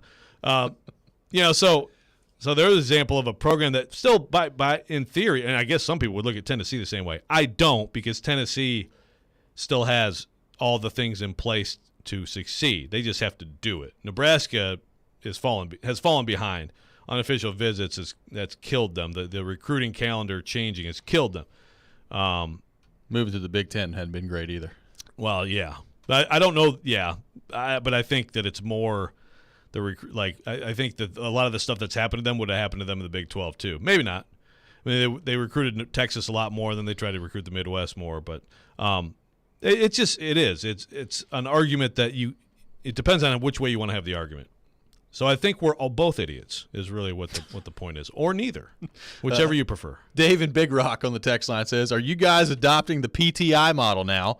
How is this even a debate? It's the Kentucky Wildcats football team, Skip Rexroad," in all capital letters. But okay, well, I look at it. I consider it the program. When someone says, I mean, all the time, it's like, man, what a great job building that program, right? Your program, you as a coach, and you're right about recruiting, and I think it's a really interesting thing moving forward. What that means for how coaches are evaluated, I think it is going to enhance. I know that there's actually like a recruiting coordinators conference this week in Nashville, and these people who are putting together recruiting classes, who are essentially acting as personnel departments like the NFL, as general managers, they are, to me, of increasing importance. Should be of increasing resources to them, not just the NIL money, not just like the collective money, but the people who are out there doing all this stuff, right? So you de-emphasize some of what a coach does, but it's still the coach from the top down. It's your strength program. It's your hiring all your assistants. It's how you're doing things on a daily basis. And some people are really good at it. And I think that Josh Heupel in Tennessee may be a better program soon, because the larger picture of the program is better. But right now, Kentucky's program is better. I keep coming back to it. Listen, the fact that we're even having this conversation as a Kentucky football fan is mind-blowing. Right? Like 6 years. 6 years ago. No, but people are on both sides. Do you know what I mean? And so that's all I want to say. You know, the fact that this is a discussion. Kentucky was like in Vanderbilt's caliber 6 years ago. Someone brought up Vanderbilt. Speaking of that, JC of Gilletsville on the text line says, can we get it on record when James Franklin was against Dooley or Butch Jones and beating Tennessee? I think he was just against – was he there all that long against Butch? No. I guess a year or two. Derek Mason beat Butch. He beat him twice? Franklin was there for 1 year against Butch, wasn't he? That might be right. I think once. The last year. Yeah. His last and Butch's first. Can we get it on record when James Franklin was against Dooley or Jones and beating UT that Vanderbilt was the better program? It's coming from JC from Gilletsville. There you go. Yeah, see, now that's a little bit of a stretch because, you know, it's a 3-year. Is it? It's a 3-year tenure. Okay. 24 and 15. Now I don't know what did Tennessee go in those 3 years? Oh, I don't know. And they may not have gone. Good. They may not have gone as well as Tennessee, but that to me that's too small of a sample size. And also, it's just I mean, Kentucky actually does invest. I mean, I think Kentucky's facilities. Now the stadium is certainly not. I mean, it's around the bottom of the SEC. Kroger Field, baby. Yeah, the blue light special. But I think their actual facilities, like their day-to-day facilities, are like they've invested, right? I mean, now Vanderbilt is now, but yeah. So I would disagree, JC. But they were better teams in those years. I think with this, though, it's a long period of time of Kentucky finding stability that Tennessee has not had and may yet find soon, and then there's no discussion. We will just have to see then, fellas. I guess we will. Joe got a text on the text line that says, Joe Rexrode is the best, but should we brace for 5 months of Hangry Joe? I can't believe that Jared gave you a 0% chance to accomplish this weight loss journey. I'm very appreciative of this. This is going to fuel me as I eat celery. Yeah, you know, first of all, I don't really eat. I never eat in the morning anyway. I slug coffee and eat later, so I don't think it'll be a big thing. I don't think I'll be any more hangry or irrational than I normally am. Well, unless we just get Jared on the show every day. Maybe maybe he'll become a weekly guest. I'll become hangry then. 615-737-1025, 615-737-1025. We'll continue this discussion on Tennessee and Kentucky. Got more of your thoughts to get to on our text line, driven by WilsonCountyHyundai.com. This is Robbie and Rex Road, 102.5, 106.3, The Game. It's training time for the Two-Tone Blue, and we have you covered. Talking Titans? Join us live from training camp for interviews and reports, giving you the latest on the Titans. There's a lot of guys that are making an impact on me, both good and bad. I like some of the depth. I think that's the key right now. Training camp coverage is fueled by Parman Energy. Visit ParmanEnergy.com, your one-stop petroleum solution on 102.5 and 106.3 The Game and the Game Nashville app. Unused prescription opioids can spell harm if taken by someone they weren't prescribed for. Find safe drug take-back options at fda.gov/drug disposal. A message from the U.S. Food and Drug Administration. Hey, it's Jared from my friends at Hiller. It's back to school season, and Hiller is giving you free backyard upgrades all month long. Tackle those necessary home replacements in August to take advantage of these special deals, like a free Yeti Tundra cooler with the purchase of a new tankless water heater, a free Traeger wood pellet grill with the purchase of a new whole home generator, and also Hiller's going to keep you cool for back to school with special limited time financing promotions on these HVAC replacements. Hiller Plumbing, Heating, Cooling, and Electrical. Happy you'll be, or the service is free. Hey, it's Jared from my official sportsbook app, the FanDuel Sportsbook app. Start the second half of the baseball season the right way and turn K's into cash and big hits into big wins with FanDuel. Right now, new customers can step up to the plate with a no-sweat first bet up to $1,000. Just sign up with the promo code JGM, place your first bet, and FanDuel will give you up to $1,000 back in free bets if you don't win. Right now, I got to love the Mets to choke down the second half of the season. The Braves are going to get them. That's my gut. That's how I feel. Not Boomer here. FanDuel's got great promotions every day. It's a safe and secure app, and you get paid fast. Download the FanDuel Sportsbook app and sign up with the promo code JGM to get started with your no-sweat first bet up to $1,000. 21 and older and present in Tennessee. First online real money wager only. Refund issued as non-withdrawable site credit expires in 14 days. Restrictions apply. See terms at sportsbook.fanduel.com. Gambling problem? Call the Tennessee Red Line. 1-800-889-9789. Making Moves is brought to you by LinkedIn Jobs. After redshirting his first year at Ohio State, Joe Burrow spent the next 2 years as J.T. Barrett's backup. With Dwayne Haskins on the roster, Burrow didn't see much playing time and decided to transfer. LSU head coach Ed Orgeron zeroed in on Burrow and landed him. In his second season at LSU, Burrow led the Tigers to a 15-0 record, a national championship, and arguably the best season ever by a college quarterback. Build your winning team today. Go to linkedin.com/sports. When your college football team talks to the right recruits, anything is possible. And the same is true for your business, because when you post a job for free, LinkedIn Jobs taps into a network of over 810 million professionals to find the right people for your role. LinkedIn Jobs helps you narrow down to the most qualified candidates so you can start hiring the right people. Go to linkedin.com/sports to post your job for free. That's linkedin.com/sports. Terms and conditions apply. When you download the Home Depot app, taking on big or small projects starts with a tap. It's your pocket-sized toolbox for getting more done. Image search helps you find what you need with a snap. Store mode pinpoints exactly where to go to get what you want while you're at our store. Or just tap to arrange for easy curbside pickup, all from the palm of your hand. It's the app that's made for doing. The Home Depot app. How doers get more done. Robbie and Rex Road here on ESPN. Welcome into Chase, Willy, and DMase. Dominic Company is delivered. There's a new way to hear 102.5 The Game. Nashville's best sports talk on 106.3 FM. From downtown Nashville to Spring Hill on I-65 and to Murfreesboro on I-24. You now have two choices to hear our great sports programming. Get the extra point, no problem. And the Nashville Predators. Scores! Check out 106.3 now and save it as a preset. This is Greg McElroy, and you're listening to Nashville's best sports talk, ESPN 102.5 The Game. Stands by the fact that he thinks Kentucky is a better program and will be a better program in the next 5 years and has been a program the last 5 years. Okay, so all I saw was your tweet about the brand. Yeah. So I will agree. I think Tennessee's a better brand than Kentucky. I don't think that's a hot take. More people will watch a University of Tennessee football game across the country than will watch a Kentucky football game across the country. That I firmly believe.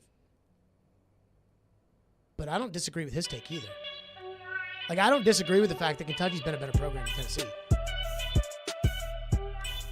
We've got Joe Rexrode and Jared Stillman on the same team, which is exactly where Rexrode loves to be here on this program. Can I change my answer? Just no, kidding. you can't. Make sure you don't miss 102.5 The Game's 1 hour Big Machine Music City Grand Prix pre-race special today from 6 to 7 p.m. Presented by Hiller Plumbing, Heating, Cooling, and Electrical. Taking your thoughts on Tennessee and Kentucky on the text line, driven by WilsonCountyHyundai.com, 615-737-1025. By the way, LD from McBenville pointing out rightly that the blue light special is a Kmart thing, not a Kroger thing. Yes, that's my mistake. Such my mistake that I just have blurt out exclamations in the middle of whatever may be happening. So, apologies. Glenn on the text line says, Kentucky doesn't get the credit for beating Florida because they fire their head coach, but Florida beat Tennessee. What does that say about Tennessee from last year? Talking about Glenn. So Caroline brought up Kentucky took down Florida last year, took down LSU, two programs that have been historically very good that fired their coaches last year. Florida did beat Tennessee last year. That brings up one of my favorite mathematical formulas in the world, the transitive property of football. Oh, yes. Such a wonderful thing. Look, most of the people arguing on either side of this are like fans of one or the other, right? Well, yeah. If you reject, as you do, the idea that the current people in charge of a program define the program, like right now, again, the words right now. If you reject that, then we have no argument. I don't reject that. That's how I look at it. I look at his program, her program. You know, this is like Okay, Tennessee women's basketball. Historically, it's the best program. Historically, it's the best sports program in the state of Tennessee. I mean, it's better, and I think that's clear. Although football has a much longer history, you talk about the success, percentage of success in the time of existence. It's ridiculous. But right now, that program is not that. The program is Kelly Harper's program. By the way, I think they're going to be very good this year. But so it's not Pat Summitt's program. It always will be. So if you go historically, it's still Tennessee and UConn. But South Carolina is a much better program than Tennessee. Is that not true right now? It is. I'm just saying program is not just – program is an overarching word. It does include right now, but it includes more than just the coach. Why can't it be multiple things? Why can't it be program right now or program overall? I guess it can, but that's what I would like it to be. The original tweet was about a football program. Well, to me, a football program is way more than just a coach. It's the entire program. It's self-defined in the word program. Right. What it is. Yeah, I'm not saying it's just the coach. It's everything that's going on under the coach. It's everything that's going on with the program with current management, right? Yeah. So you could to me, even if you just don't say right now, but if you don't say historically, then that's how I think about it. I think about it in terms of, okay, who's coaching, who's running this program, and what have you done? Let's compare what you've done. It's hard. Look, Heupel is 1-0 against Stoops. That is worth mentioning. He did beat him in his only try. Michelle doesn't like that one. But it's also like he's just started. It's almost like you can't even compare programs right now because it's been 1 year. A promising year for Josh Heupel, but it's been 1 year. Stoops actually has a program that you can attribute to him, and we know what it is. Still kind of trying to figure it out what it is with Heupel. By the way, we're all wrong in this discussion because it's program, as we've established many times here on the show. Right. A lot of program talk the last couple of days. It's program. That's what we do on this program. Who says program the best? I think Chris Lowe might say it the best. Chris Lowe's pretty good. He's pretty good. Yeah, you can about his program. There's a scope of SEC coaches that say it pretty well. I'm sure, Brian Kelly has probably adopted the word program at this point down at LSU. If not, it's coming soon. Well, see, but he'll probably be like, I'll say my program, and it's like, you're an imposter, Coach Kelly. That's one of those nuances you got to pick up if you're BK. Yeah, you got to make sure you figure that out. So okay, I think we've stretched this conversation out about as far as we could stretch it. So I ask you this: moving forward, first off, I think it's a credit to Kentucky that they've been able to keep Mark Stoops, because if you had asked me this question 2-3 years ago, I probably would have guessed that by 2022 he would have been gone and would have taken a bigger job. So with that in mind, that he's still there, and I guess, but for all intents, if he hadn't left yet, my guess is he's probably going to stay there. What can they continue to be and or maybe improve on as they move forward here? Yeah, that's a great question. I like I said, I think that they've gotten competitive. If Kyle Tucker, who is a friend of the show, athletic coworker, and also someone who listens quite a bit based on his text to me, I was listening. I'd like to get his thoughts on their facilities, but they're pretty good, right? Yeah, they recently redid them when I was in school there, so maybe 17 or 18, I think they were redone. Yeah, they're really nice. I've never seen. I'm sure Tennessee's are nicer, bigger. They have the Peyton Manning room. It's hard to beat that at all. Yeah. But yeah, they're nice. They're brand new, pretty much. Yeah, I think over time you can change the definition. This happens. I'll tell you, in my lifetime, and if you're not of a certain age, this would be foreign to you. But my childhood, Wisconsin was as big a joke in college football as anyone you want to name right now. They were awful. Dog water. They were absolute cheeks, and they had no hope. And Barry Alvarez and his program completely changed things, completely to the point now where they are consistently, I think they're a top 25 program overall program, top 25 program in the country, period. They've got everything you need. They're not Ohio State, but they are way beyond what you ever would have guessed.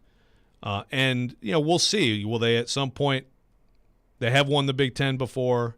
They've won the Rose Bowl. They haven't get in the playoff era. They haven't got – but they are light years beyond what you ever would have guessed, right, in the 80s. And so could a Kentucky – I think Stoops, the job he's done, I think of like Alvarez. I think of Kirk Ferentz at Iowa. Can he get it to a high level? I don't know.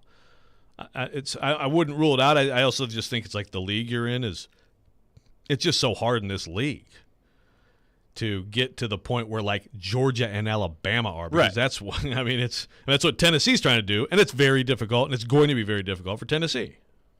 Yeah, I mean, I look at the job that he's done, and recruiting has gone pretty well for Mark Stoops.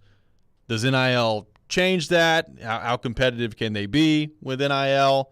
They did lose some to Tennessee because of NIL, basically, over this past recruiting season. So how much does that continue to factor in? And then there's, what you brought up yesterday, like the investment level in football. They have investment in football in Kentucky, but obviously they're still a basketball school. So how much when NIL starts to get involved and you've got businesses and boosters and all this stuff, how much are you going for basketball? How much are you going for football? How much money is there to go around? That's the question from the NIL standpoint of it at Kentucky, I think. Yeah, the booster mindset there is, it's hoops, right? And some places they don't even realize they have a basketball program. I'm sure at Alabama it's like the opposite. Now, by the way, pretty good program right now in basketball for Alabama. Yeah.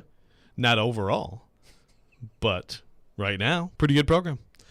Phil on the text line says in all capital letters, trash programs, throw them both away. So both terrible. Who are you a fan of, Phil? I don't know. And some of you on the text line, he's a big tenor. Pete and others, yes, that was me saying, oh, crap, on the mic, yes. And I said that because whoever texted in and said it's Kmart and it's not Kroger. I can't believe I blew that. And then I said, oh, crap, during a commercial. Sorry.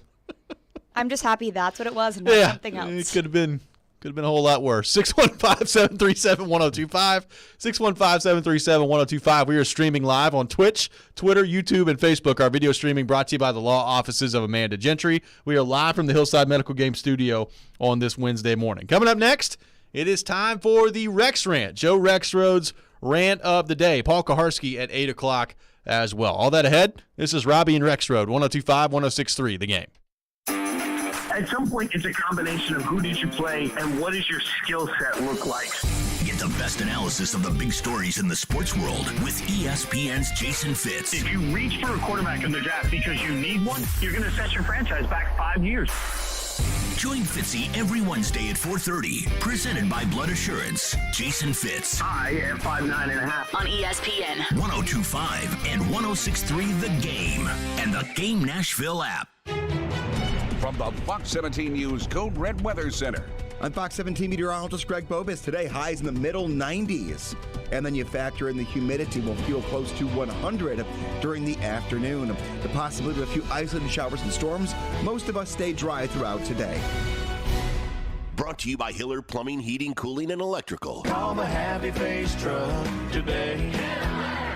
Hi guys, it's Andrew. Are you struggling with erectile dysfunction and sick of the pills? Well, today, Wednesday, August 3rd, we're running an unprecedented one-day special you won't want to miss out on. Hillside Medical Clinic uses the most powerful form of wave therapy. This is a technology clinically shown to repair blood vessels and improve blood flow. We can now get rid of your erectile dysfunction without any pills. If you're ready to transform your love life, grab your phone. Today is your day. Call us now and you'll qualify for the assessment and ultrasound totally free. Also, a gift that can produce powerful results in the bedroom in minutes. You're going to love that, guys. And today only, we're offering 5 tune-up treatments to our patients free. This is our most lucrative offer ever, worth $1,000. But call today, Wednesday, and qualify totally free. 615-576-5000. That's 615-576-5000. Guys, put a stop to your erectile dysfunction and get your love life back. Call Hillside Medical Clinic now to qualify. This offer ends today. 615-576-5000.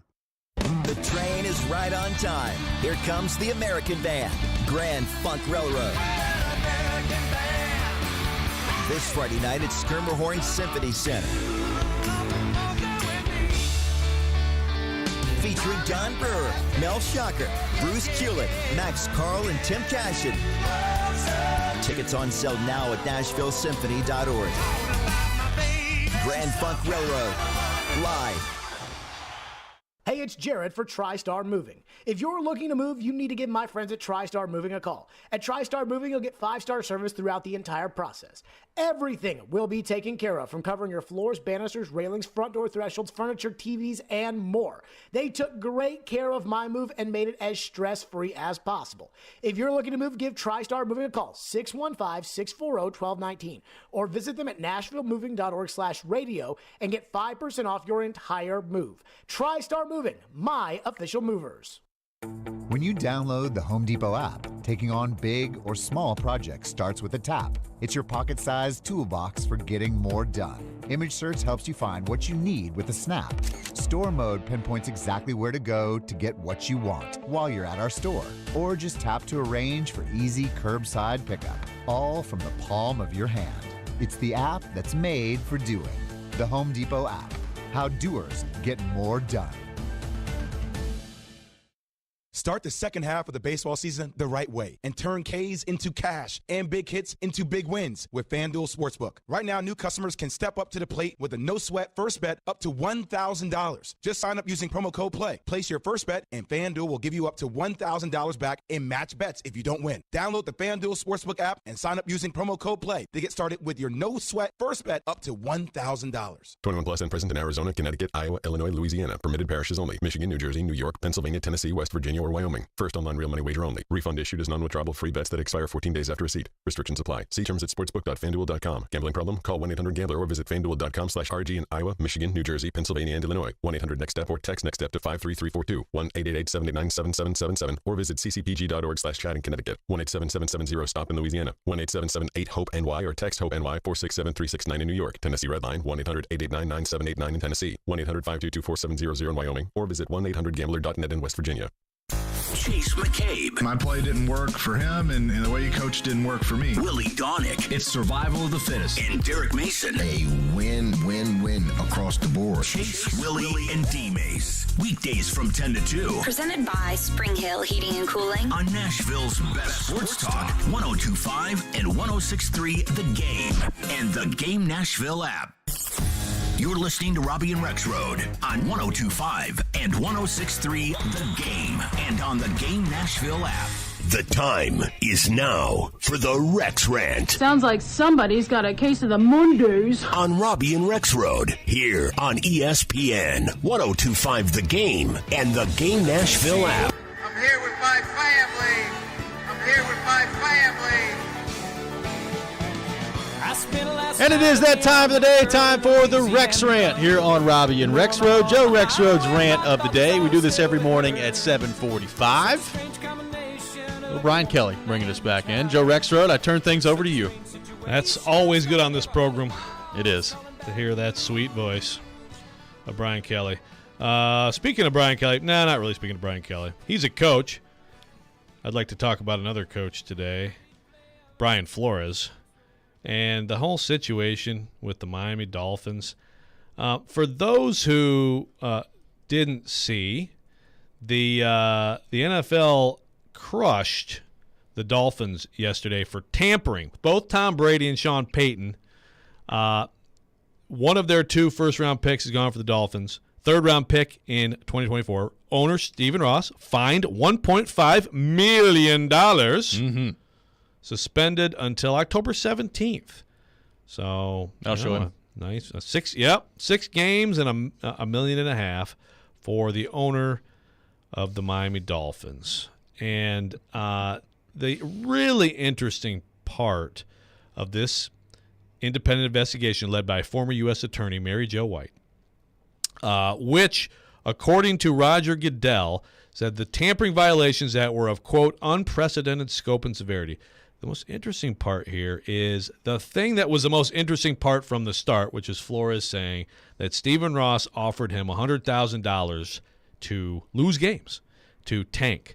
So in this investigation, the NFL looked into it, And I'm reading an ESPN.com story that said, quote, it found Ross made a number of comments to multiple people in the organization, including Flores, that the 2020 draft should take priority over winning in 2019. End quote. As for the offer of $100,000 per game, quote, the investigation, quote, found differing recollections about the wording, timing, and context, but such a comment was not intended or taken to be a serious offer, nor was the subject pursued in any respect by Mr. Ross or anyone else at the club, end quote. So, in other words, yeah, he said it. Yeah, you want $100,000 for a loss? Just kidding. I was kidding. Come on. Just wanted to see what your reaction was. Calm down. Of course that was a joke. Yeah, this is it's been quite a week for the NFL, and I really want to say is just between this and again finding a way to take it easy on an owner. I understand. Essentially, you work for the owners. I get it, but it's so transparent. It's so obvious. I mean, Daniel Snyder's out on his tugboat somewhere. Probably should be, incarcerated. And we have, of course, Deshaun Watson, Sue L. Robinson somehow. Now, this is not Roger Goodell. This is not the NFL, but somehow making the judgment that sexual assault can be nonviolent? Like, huh? How could there be a nonviolent sexual assault? How could that exist in the world? And this is the independent arbiter that they've chosen. Meanwhile, the NFL did all of talking to four of the women involved to get ready for this thing, which kind of does look like a league that says, man, this is a really good player. He's going to be really important. And, I mean, maybe it's kind of like it wouldn't be great if he had a huge penalty. But, hey, let's go ahead and appeal and make it look like we're the heroes now. Right. That's what I expect today. The NFL is absolutely the height of hypocrisy once again and forever and ever and ever. Amen. It's been a very interesting week for the NFL. I did see this yesterday, and it did make me laugh. The fact that basically this Dolphins stuff started over Belichick texting the wrong Brian is amazing to me.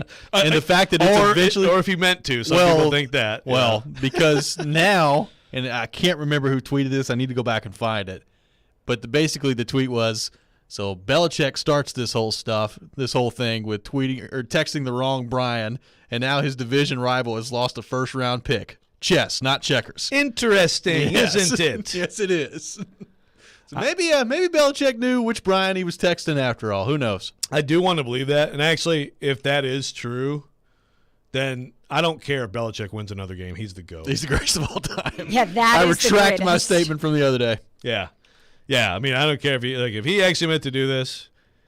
Absolute GOAT. Yeah, I don't think he did, and I think it's still like one of the most hilarious miscues ever, like in sports history. Congrats on the job. Brian! Oh, way to go, Brian. Oh, wait, sorry. You're my guy, Bri. Wrong Brian. No. Texted the wrong Brian. I don't Brian. think you have ever called me Bri, so that didn't happen. That's my made-up little fictional part of it. So just I don't know. It's going to be interesting here with Watson. I have not seen news, but I believe the deadline is it tomorrow? It's tomorrow at 9 o'clock. 9 o'clock Eastern time, so 8 o'clock our time. So I expect that to happen. But again, what's the outcome going to be based on all the information, based on the report by Sue L. Robinson? Like, what are you realistically going to change this to? Deshaun Watson's going to play this year. Yeah, I have a hard time believing anything otherwise, and it's just really disappointing. A confirmed sexual predator gets less punishment than, not apples to apples, but less punishment than a lot of different people who did way less than this. Well, the interesting part about this Dolphins story, beyond just the Stephen Ross part of it, is we talked about Brady's role in this, and like I guess joining the team as a player / owner, and everybody just kind of assumed, at least this is the way I recollect it, that those conversations took place while he was a member of the Bucs. It was while he was with the Patriots. Like, he was still under contract with the Patriots that the Dolphins were talking with this about Brady. So apparently they've been eyeing Brady for a while down there in Miami. Well, I mean, after so many decades of there's no chance to ever beat them, the only hope is getting Brady. Yeah. So that's why Belichick did it. That's why he sent the text. Maybe so.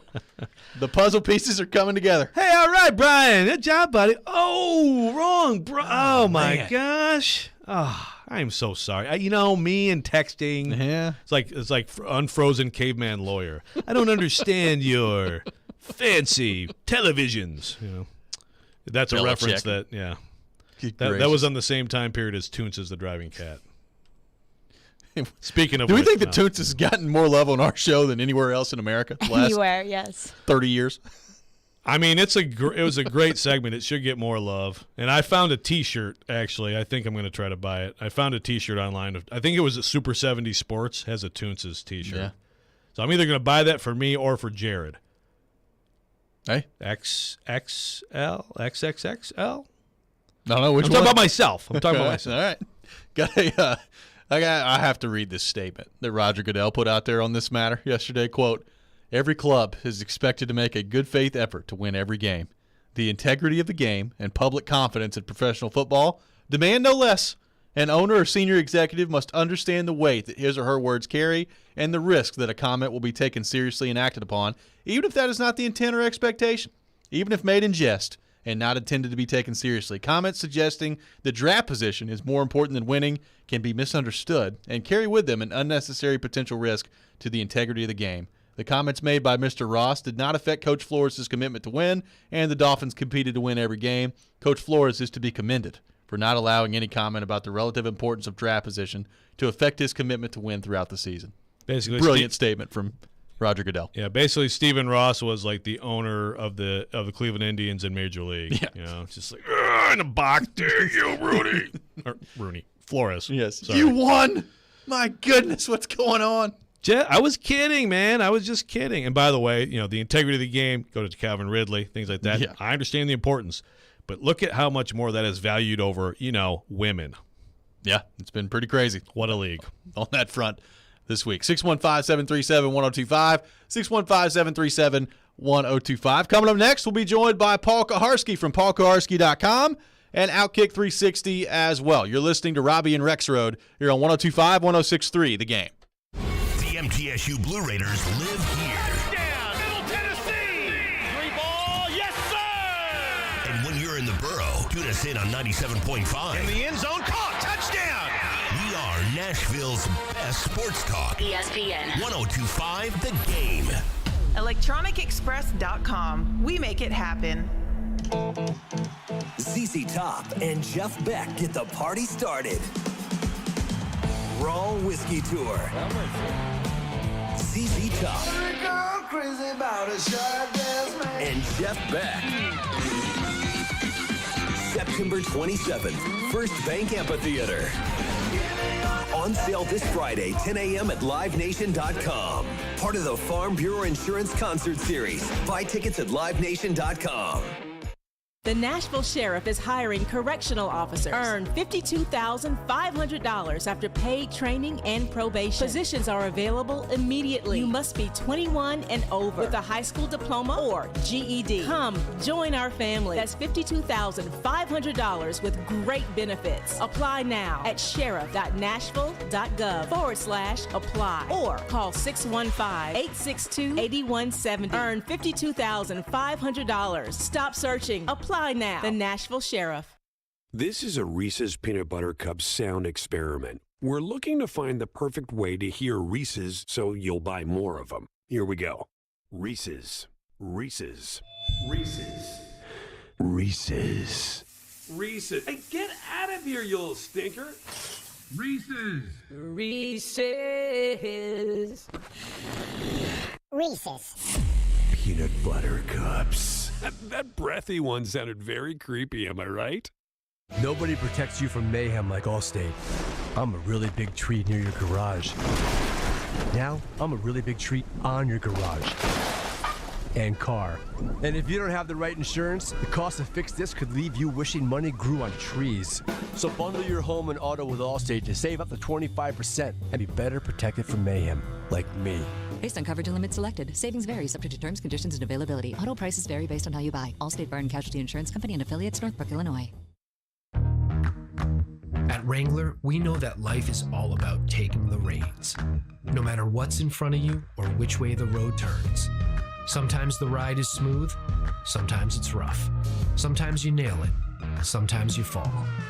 And when you do, you say to yourself, I got this. Because life is one big glorious ride, and Wrangler jeans are made to handle every step of it. Wrangler, for the ride of life. Get in zone, AutoZone. Welcome to AutoZone. What are you working on today? Starting trouble. No one likes that. We'll get you set up for some stronger starts. You might just need a fresh charge, and we'll take care of that free of charge. But if it is time for a new battery, we've got replacement batteries that'll fit your needs, starting at just $69.99. You can learn more about our battery selection at AutoZone.com. That's what makes us America's #1 battery destination. Get in zone, AutoZone. Claim based on data from the NPD Group 2021. When you download the Home Depot app, taking on big or small projects starts with a tap. It's your pocket-sized toolbox for getting more done. Image search helps you find what you need with a snap. Store mode pinpoints exactly where to go to get what you want while you're at our store. Or just tap to arrange for easy curbside pickup, all from the palm of your hand. It's the app that's made for doing. The Home Depot app. How doers get more done. From the Hillside Medical Game Studios, WPRT-FM Pegram, WPUC HD2 Laverne, Robbie and Rex Road, Chase, Willy, and DMase. Stone and Company, Nashville's best sports talk, 102.5 and 106.3. Terang, it's a high fly ball. We got pass rushes. Awesome game 7. Checkered flag in the air. The Game. A Cromwell Media Station. Mixing sports and a little bit of fun. This is fun! On your morning drive. This is Robbie and Rex Road. With Robbie Stanley and Joe Rex Road on Nashville's best sports talk, 102.5 and 106.3 The Game. And on the Game Nashville app. Ladies and gentlemen, it's showtime. Hour number 3, Robbie and Rex Road here on 102.5, 106.3 The Game. Robbie Stanley alongside Joe Rex Road. Michelle Knezovic here with you on this Wednesday morning in Nashville, Tennessee. We are scheduled to be joined shortly by Paul Kuharsky from paulkuharsky.com and Outkick 360 as well, talking Titans. So looking forward to that conversation coming up here in just a few minutes. We'll get his thoughts on the Titans, what he's seen out of Treylin Burks and company so far during training camp, and all of the like. So we'll get to that here in just a few minutes. So we'll see what happens on that front. So, Joe, in the meantime, what did you take away from Titans training camp practice yesterday in terms of day number 2 on the field on the pads? Had Malik Willis out there for a lot of the time. What did you make of the Titans and what you saw on the field yesterday in day number 2 of pads at training camp? This is a hard question as I look and see if I put his number in wrong. And no, I didn't. Okay. Well, Malik Willis was, I guess yesterday would be considered Malik Willis Day. He got a ton of opportunity.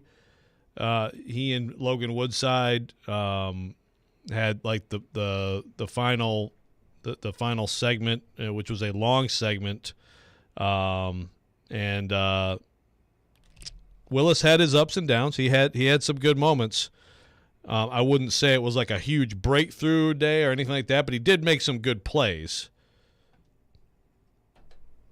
He did, and he's been a guy that we played some Malik Willis audio earlier in the show, and it's pretty fascinating how open he is in terms of he knows that, he's still got a lot of work to do. He's talked about the footwork, and he's got to match the footwork up with just what he's processing in his head. It's been an up and down camp, I think fair to say, for Malik Willis, but that's the expectation I had anyway for Malik Willis coming into camp of, he's a guy that you took him into the 3rd round. He dropped out of the 1st round, I think, for a reason. So we'll see, can he continue to learn, continue to put things together as camp goes along here. That's going to be really interesting to monitor. With that in mind, let's go to our 102.5 The Game phone line, driven by WilsonCountyHyundai.com. And welcome in our good friend Paul Kuharsky from paulkuharsky.com and Outkick 360 as well, which you can catch every day from 2 to 5 p.m. on 94.9 The Fan. PK, what's going on? How we doing?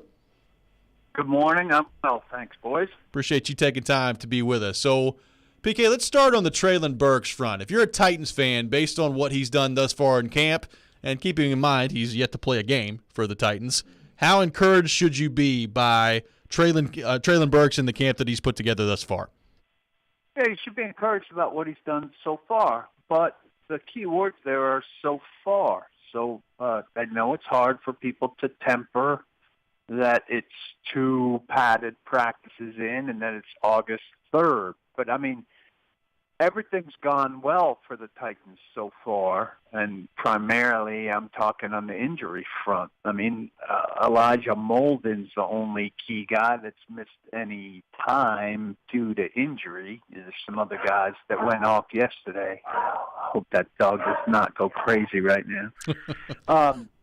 But, so things are good right now. But, it's early in camp, and there have been a ton of good things that have gone on early in camp in lots and lots of camps that have not been harbingers of things to come. That doesn't mean that something's going to go wildly wrong for Treylin Burks. It just means it's early to be like, oh, they're fine at wide receiver now, or they're fine at 1 and 2 wide receiver now. Still, you need Burks to continue to develop, and you need Robert Woods to, it's somewhat miraculous in the context of ACLs that we've seen that Woods is so good right now. And I'm curious to see as people continue to push on him and he experiences the torque and the leaning and the weight on it and the twisting on it, if it continues to progress the way it has so far, where he's been, way ahead of it. Yeah, well, of course you're right, and it's overreaction season, but you got to keep everything in context. I will say that with Burks, Woods, and Caleb Farley with different situations, 2 of them with, I guess, the same situation, I'd say it's just about been best-case scenario just in terms of what they've done daily. But let's flip it around. Speaking of early, Malik Willis has not been impressive, has struggled. He did get a lot of work yesterday. I thought he did some good things at times. But where is he relative to what you expected by this point? This is probably what we should expect of Malik Willis at this stage. We get hopeful because there's a crackling expectation for, a new quarterback who's got some great athletic traits. But generally a guy comes in like that and swims. Especially coming from a small school with a very limited offense. And so I think, Joe, if we weren't expecting it, we were being kind of naive. It's processing things slowly. He had an 8-play drive yesterday in the big boy periods where they were moving the ball. A lot of people don't get that most practices, they snap the ball from the same place over and over, and they may change the sticks. Yesterday, they were doing extensive drives where they actually, if they threw a 3-yard pass, they moved the ball 3 yards. If they threw a 40-yard pass, they moved the ball 40 yards. He drove them down the field in an 8-play drive, but he only completed 1 pass. And, he had 2 first-down runs, which is great, and people get excited, but you don't want an offense that lives on that. And they kicked a field goal. And he just doesn't look particularly comfortable reading.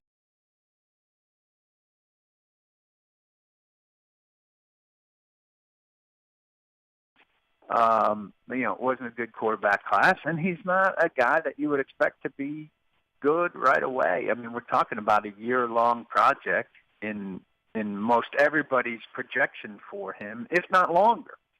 And so we're talking about a second padded practice.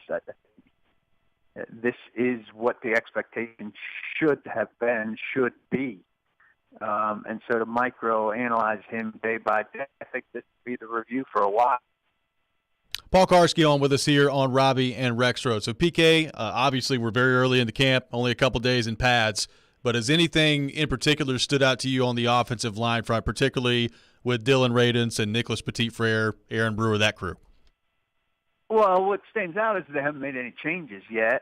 And I unfortunately missed Todd Downing yesterday. I don't know if you were there, Rex, but from what I heard, his tone was like they're going to decide pretty soon, which surprises me. I mean, I would think that there would be a day where they come out with the other two guys at the front of it, and that the other two guys, Nicholas Petit-Frere at right tackle and Jamarco Jones at left guard, get to play with the frontliners a little bit to see if they're worthy, maybe into preseason game even.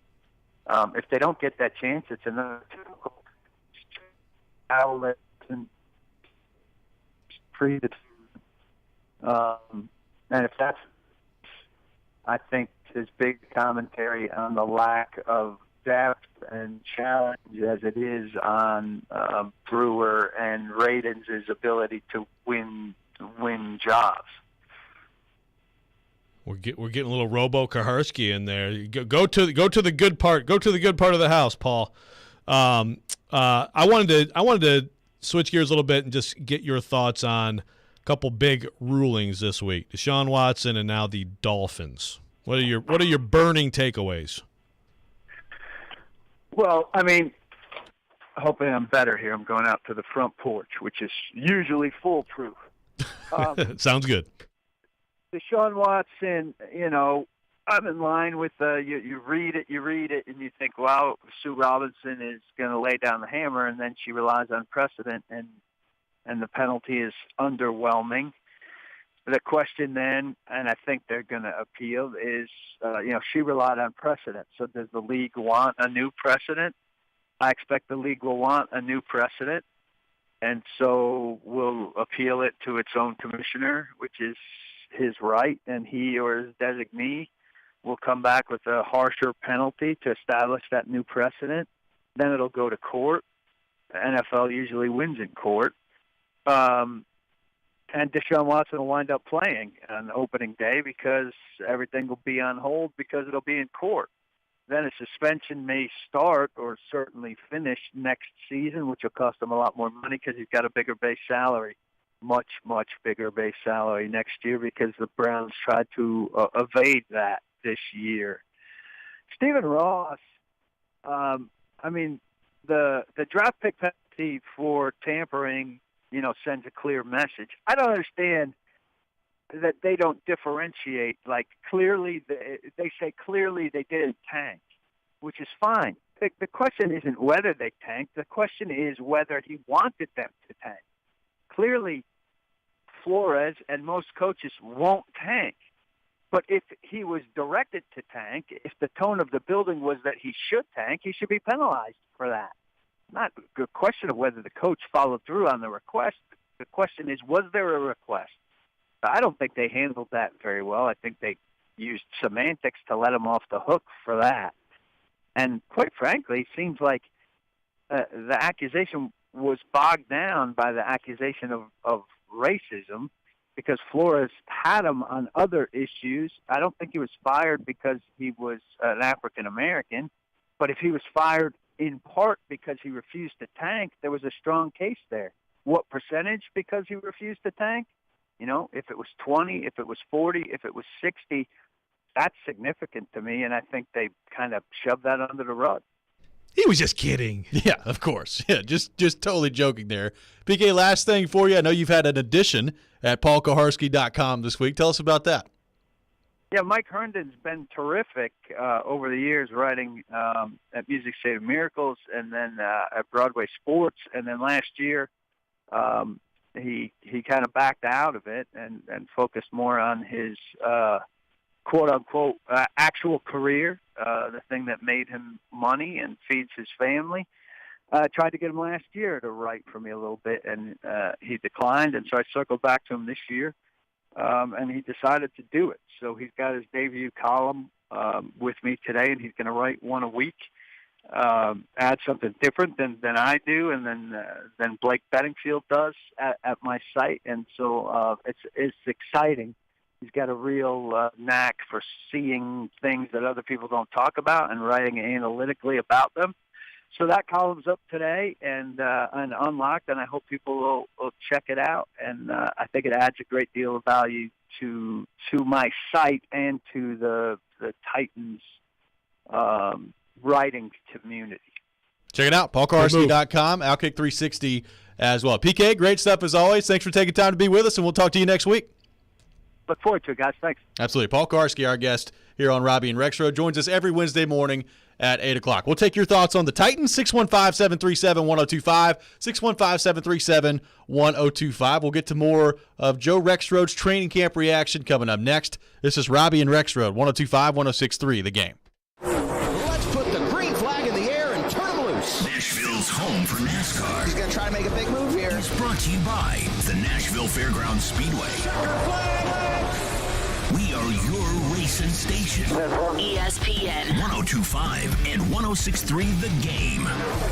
And the Game Nashville app. If you speed, there are lots of sounds that you might hear, like the sound of your vehicle crashing, because eventually speeding catches up with you. Paid for by NHTSA. Blood Assurance, this community's local blood centers, is hiring for several open positions in the Nashville area. Be a part of a company that helps save lives by providing the local hospitals with the much-needed life source of blood. They offer competitive pay, great benefits, paid time off, and retirement benefits. Blood Assurance has a family-friendly environment. Go to bloodassurance.org/careers. Again, that's bloodassurance.org/careers to apply.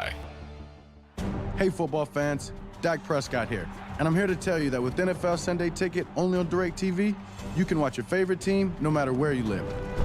Because NFL Sunday Ticket gives you every live out-of-market game every Sunday afternoon. So switch to DirecTV and learn how to get the 2022 NFL Sunday Ticket season included at no extra cost. Call 1-800-DirecTV. With choice package and above, 24-month agreement required. Call for details. Genesis Diamonds is opening up the vault with our largest GIA Diamond event ever. Starting Saturday for a limited time, all our GIA Diamond engagement rings will be marked down 20%. That's 20% below Genesis' already unbeatable price. This means you can buy like a dealer buys with deep discounts on over $10 million in stunning diamond rings. These remarkable savings are on every GIA Diamond engagement ring, from a half carat to 20 carats. All shapes too. Rounds, princess cuts, cushion cuts, emerald cuts, ovals, pear shapes. Remember, all Genesis diamonds are hand-picked, come straight from the diamond cutters, and are graded by the GIA, the most prestigious gem lab in the world. At Genesis, our everyday prices are unbeatable, but for this event, we're taking value to a whole new level with an additional 20% savings. Don't miss this chance to save like never before on that exquisite diamond ring. Buy like a dealer buys. Starting Saturday for a limited time, exclusively at Genesis Diamonds. Limit 1 per customer, please. Green Hills and Cool Springs. See store for details. Houston Clinic Orthopedics at TriStar Skyline offers world-class orthopedic care. The doctors at their Dickerson Road location specialize in general orthopedics, arthroscopic surgery for general orthopedics and sports medicine, hip, knee, and shoulder, as well as hand, wrist, and elbow trauma. They offer same-day appointments, too, so you can get back to enjoying life sooner. Schedule your appointment now at tn.houston.com. Conveniently located at the TriStar Skyline Medical Center in Nashville. When experience matters, trust Houston Clinic Orthopedics. Ray Magliozzi here for eBay Motors. So you have to drive 300 miles to your cousin's wedding. Okay, so it's his fourth. But you know what they say, fourth time's the charm. Well, here's the problem. Your tires are as bald as I am. But lucky for you, eBay Motors has tires for just about every make and model. Plus wheels, lug nuts, jack stands, and more. 122 million parts. Do they have tissues? Oh, good, because I'm definitely a crier. Get the right parts at the right prices. eBay Motors. Let's ride. It's on. It's happening. Remember, you can watch us on YouTube, Facebook, Twitch, and Twitter. Get out of the way. I'm watching a game. Presented by the law offices of Amanda Gentry. We may now begin our day. You're listening to Robbie and Rexroad on 102.5 and 106.3 The Game and on the Game Nashville app. We are your racing station. 102.5, 106.3 The Game is Nashville's home for NASCAR. Tune in this Sunday at 1 o'clock for the Firekeepers Casino 400. Also join Chase McCabe every Sunday morning at 8 o'clock for Chasing Checkers as he talks to the drivers and gets you set for racing weekend. NASCAR on 102.5, 106.3 The Game is presented by the Nashville Fairgrounds Speedway. Welcome back in, Robbie and Rex Road here on 102.5, 106.3 The Game. Thanks to Paul Kuharski for joining us in the last segment. What did you make of Kuharski's thoughts on Treylin Burks there in terms of it's been good so far? It's been been very encouraging so far, but let's not run away with this before he steps on the field. Well, he's right. I mean, really, if you want to boil it down, we probably shouldn't even be talking about stuff right now, you know?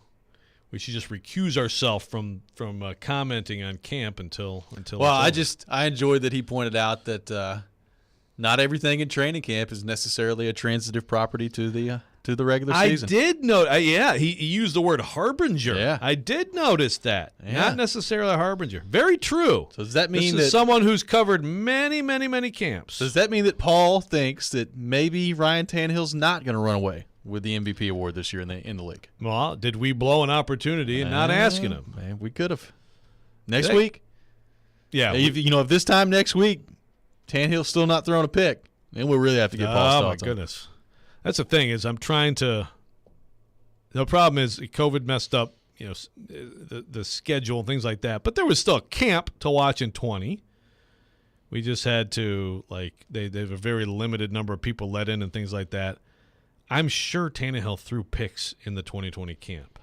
I'm sure he did. At least some. I mean, maybe But just not. think about how good he'll be this year if he throws even fewer than that. My goodness. Right. I mean, but that's the thing. Last year he threw, I guess he actually did throw 5 early, and then I don't think too many more after that. But, hey, you're right. Right now he's at 0, and that's got to mean something. It was a spicy day out there on the field yesterday at Titans training camp. We talked about this right as our show was ending yesterday. Apparently a little altercation between Taylor Lewan and Jamarco Jones. You brought up one earlier in the show between Ola Daney and Isaiah McKenzie out there, or Jalen McKenzie, excuse me. I don't know where Isaiah McKenzie came from. Jalen McKenzie. Anytime you put the pads on, you start to see maybe a little feistiness out there. But to me, that's when training camp really begins, Joe, when you start to see a little teammate on teammate scraps. Although I will admit, the offensive line on offensive line scrap, not one you typically see this time of year in training camp. Yeah, that's an interesting one. I'd love to know, and should have found Lewan and asked him what he said. I didn't see anyone corral him. He probably, he can be fast when he wants to be. Lewan's athletic. He is. But I'd love to know what he said. A to Z Sports reported this when the practice was starting up yesterday that Jamarco Jones was kicked out of practice for a little altercation with Lewan. He then came back in after warm-ups. I asked around, and basically apparently they were in some sort of a huddle, the offensive lineman. Lewan said something. Jamarco Jones took issue with it, and they had a little slap fight or whatever the heck. I don't know that there was anything. It was just someone mad, and they had to be kind of pulled away. But I'd love to know what the heck Lewan said. You said. I mean, I don't know. That could be. I didn't see it. Use your imagination. We are not prohibited from making things up. We're just prohibited from from telling who's on what team and stuff like that. But interesting. Maybe Lewan gave a little come on, Jamarco, get your crap together today. I mean, I don't know. Maybe. But either way, you had that, and then you had Ola Daney, not a guy you expect to ever be mad about anything, I guess. But he got mad at Jalen McKenzie, kind of gave him a little kind of either a punch in the shoulder pads. I couldn't exactly see. It was pretty close to me, but it was Daney was behind him, from my perspective. And then Vrabel got mad, and Daney went over to the side field. So, but also it was a little bit. McKenzie knocked him to the ground at the end of the play, but also I think one thing Vrabel was not happy about was that Daney was coming hard, really close to the quarterback at that point, and obviously the quarterbacks are off limits. You got to be mindful as much as you want to do a good rip and play to the whistle, to the tilt. Is that what their sign says? To the tilt. To the tilt, I think. Yeah, but you still, when you're near a quarterback, you got to hold off a little bit. Michelle's just giving us both looks. Is that right? We're just totally to idiots the tilt, right? That's right. Play to the tilt. I thought you guys said kilt at first, and I was like, what are they talking Even better. about? Play with a kilt. I said or is this it earlier. full tilt? Now, Kaharski actually wrote about this tilt thing. I mean, full Hold tilt on, I'm makes gonna more sense. Figure this out. Play with a kilt. Interesting slogans in the Titans locker room. I said this earlier. Whatever the next mic'd up special is for the Titans, you know, they do these mic'd up practice videos all the time.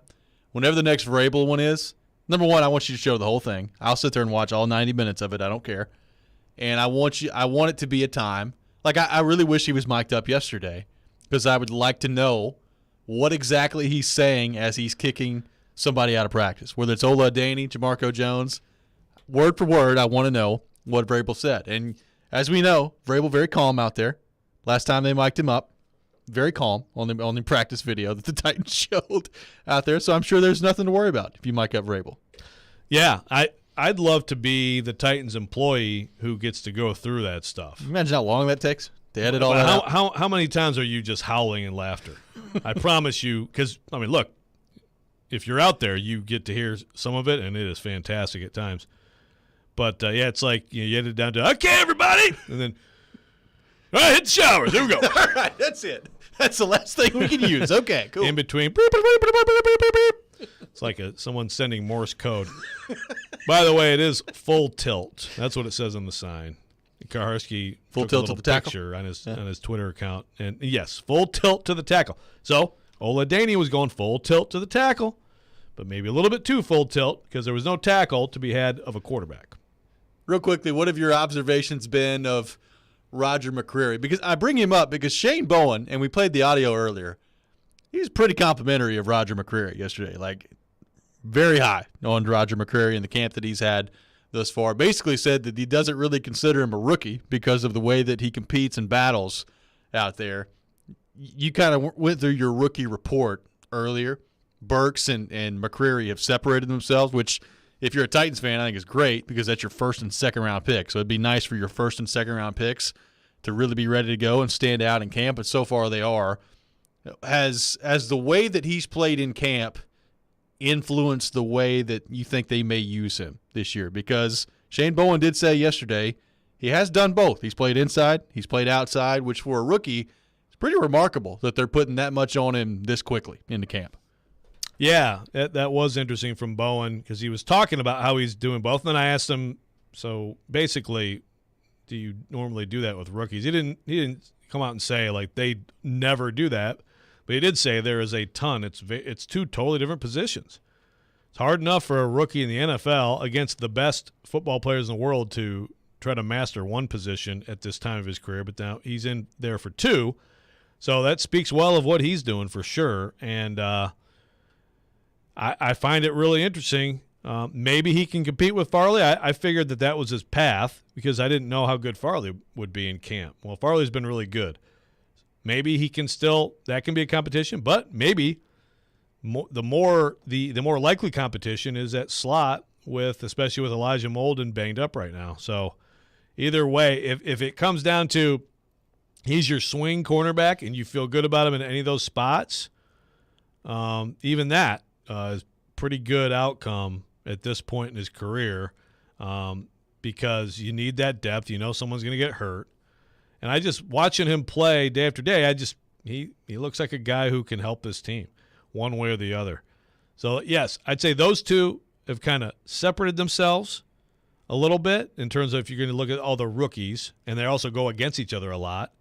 But also, Caroline brought up Chig Okonkwo, and I think he definitely deserves the next mention. He's been good. He's been impressive.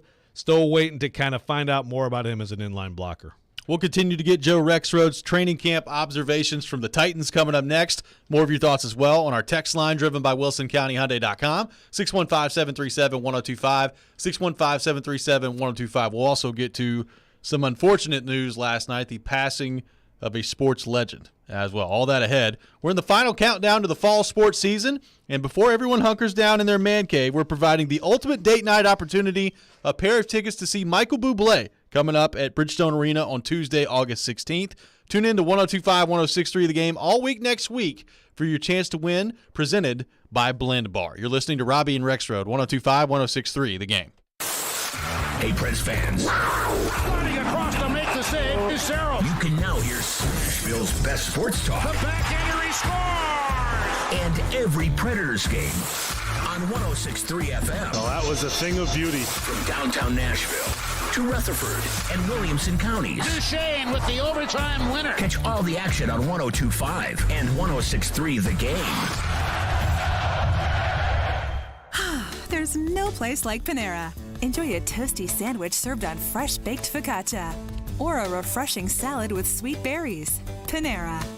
Hi guys, it's Andrew. Are you struggling with erectile dysfunction and sick of the pills? Well, today, Wednesday, August 3rd, we're running an unprecedented one-day special you won't want to miss out on. Hillside Medical Clinic uses the most powerful form of wave therapy. This is a technology clinically shown to repair blood vessels and improve blood flow. We can now get rid of your erectile dysfunction without any pills. If you're ready to transform your love life, grab your phone. Today is your day. Call us now and you'll qualify for the assessment and ultrasound totally free. Also, a gift that can produce powerful results in the bedroom in minutes. You're going to love that, guys. And today only, we're offering 5 tune-up treatments to our patients free. This is our most lucrative offer ever, worth $1,000, but call today, Wednesday, and qualify totally free. 615-576-5000. That's 615-576-5000. Guys, put a stop to your erectile dysfunction and get your love life back. Call Hillside Medical Clinic now to qualify. This offer ends today. 615-576-5000.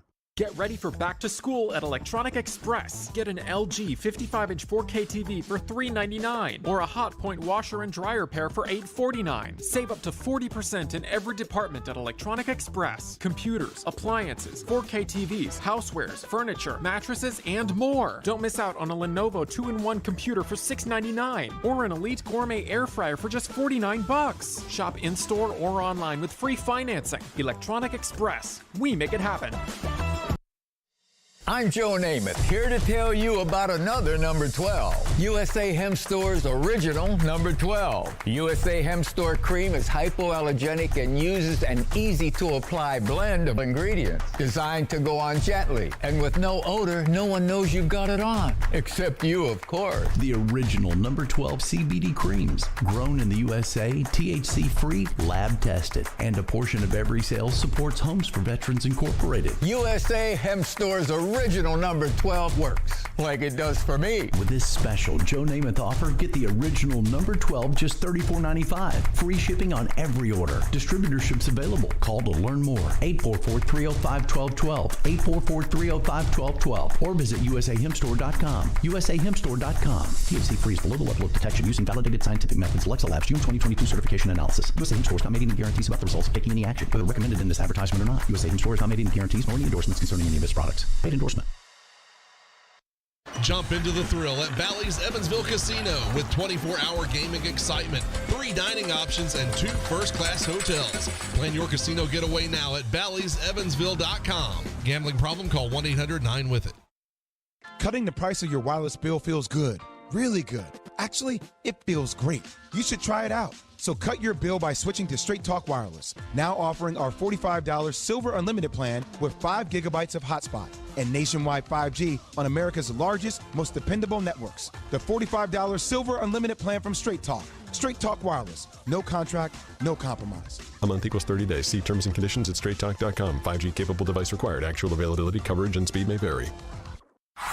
Your home for Hit City is 94.9 The Fan. Your Nashville Sounds continue their series against the Norfolk Tides from Virginia. Swing and a miss, strike 3. Sounds win. Pre-game at 5:20. On your home for Sounds baseball, 94.9 The Fan and The Fan app. Hey Nashville, this is Mookie Betts. You're listening to Nashville's best sports talk, ESPN 102.5 The Game.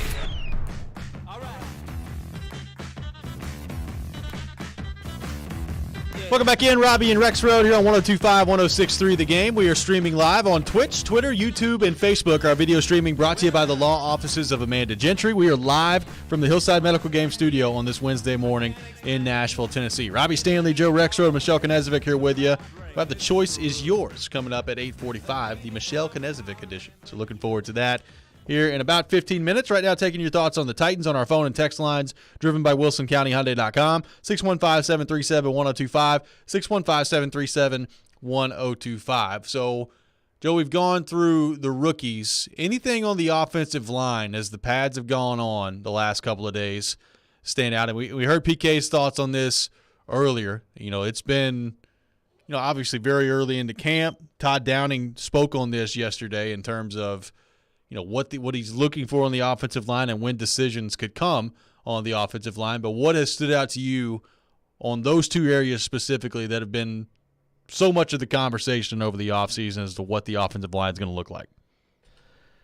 It's still, I think the one thing that stands out is, I think left guard is Aaron Brewer's to lose, would be my analysis at this point. And I say that still keeping in mind what we've talked about today. It's August 3rd. There are preseason games ahead. There are practices against other teams ahead.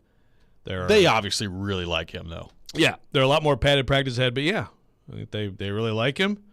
And, I mean, gosh, just compare the guy next to that position. I mean, Lawan gushing about Aaron Brewer and then getting in some thing with Jamarco Jones. So, I mean, if Lawan's picking, I guess he's probably picking Brewer. But, yeah, Vrabel, his comments on Brewer, those are comments that are beyond the norm for Vrabel. He's obviously a big fan. I'll go back again to last year.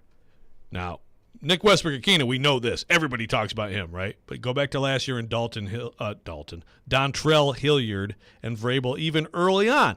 Vrabel talking about habits around the building with Dontrell Hilliard.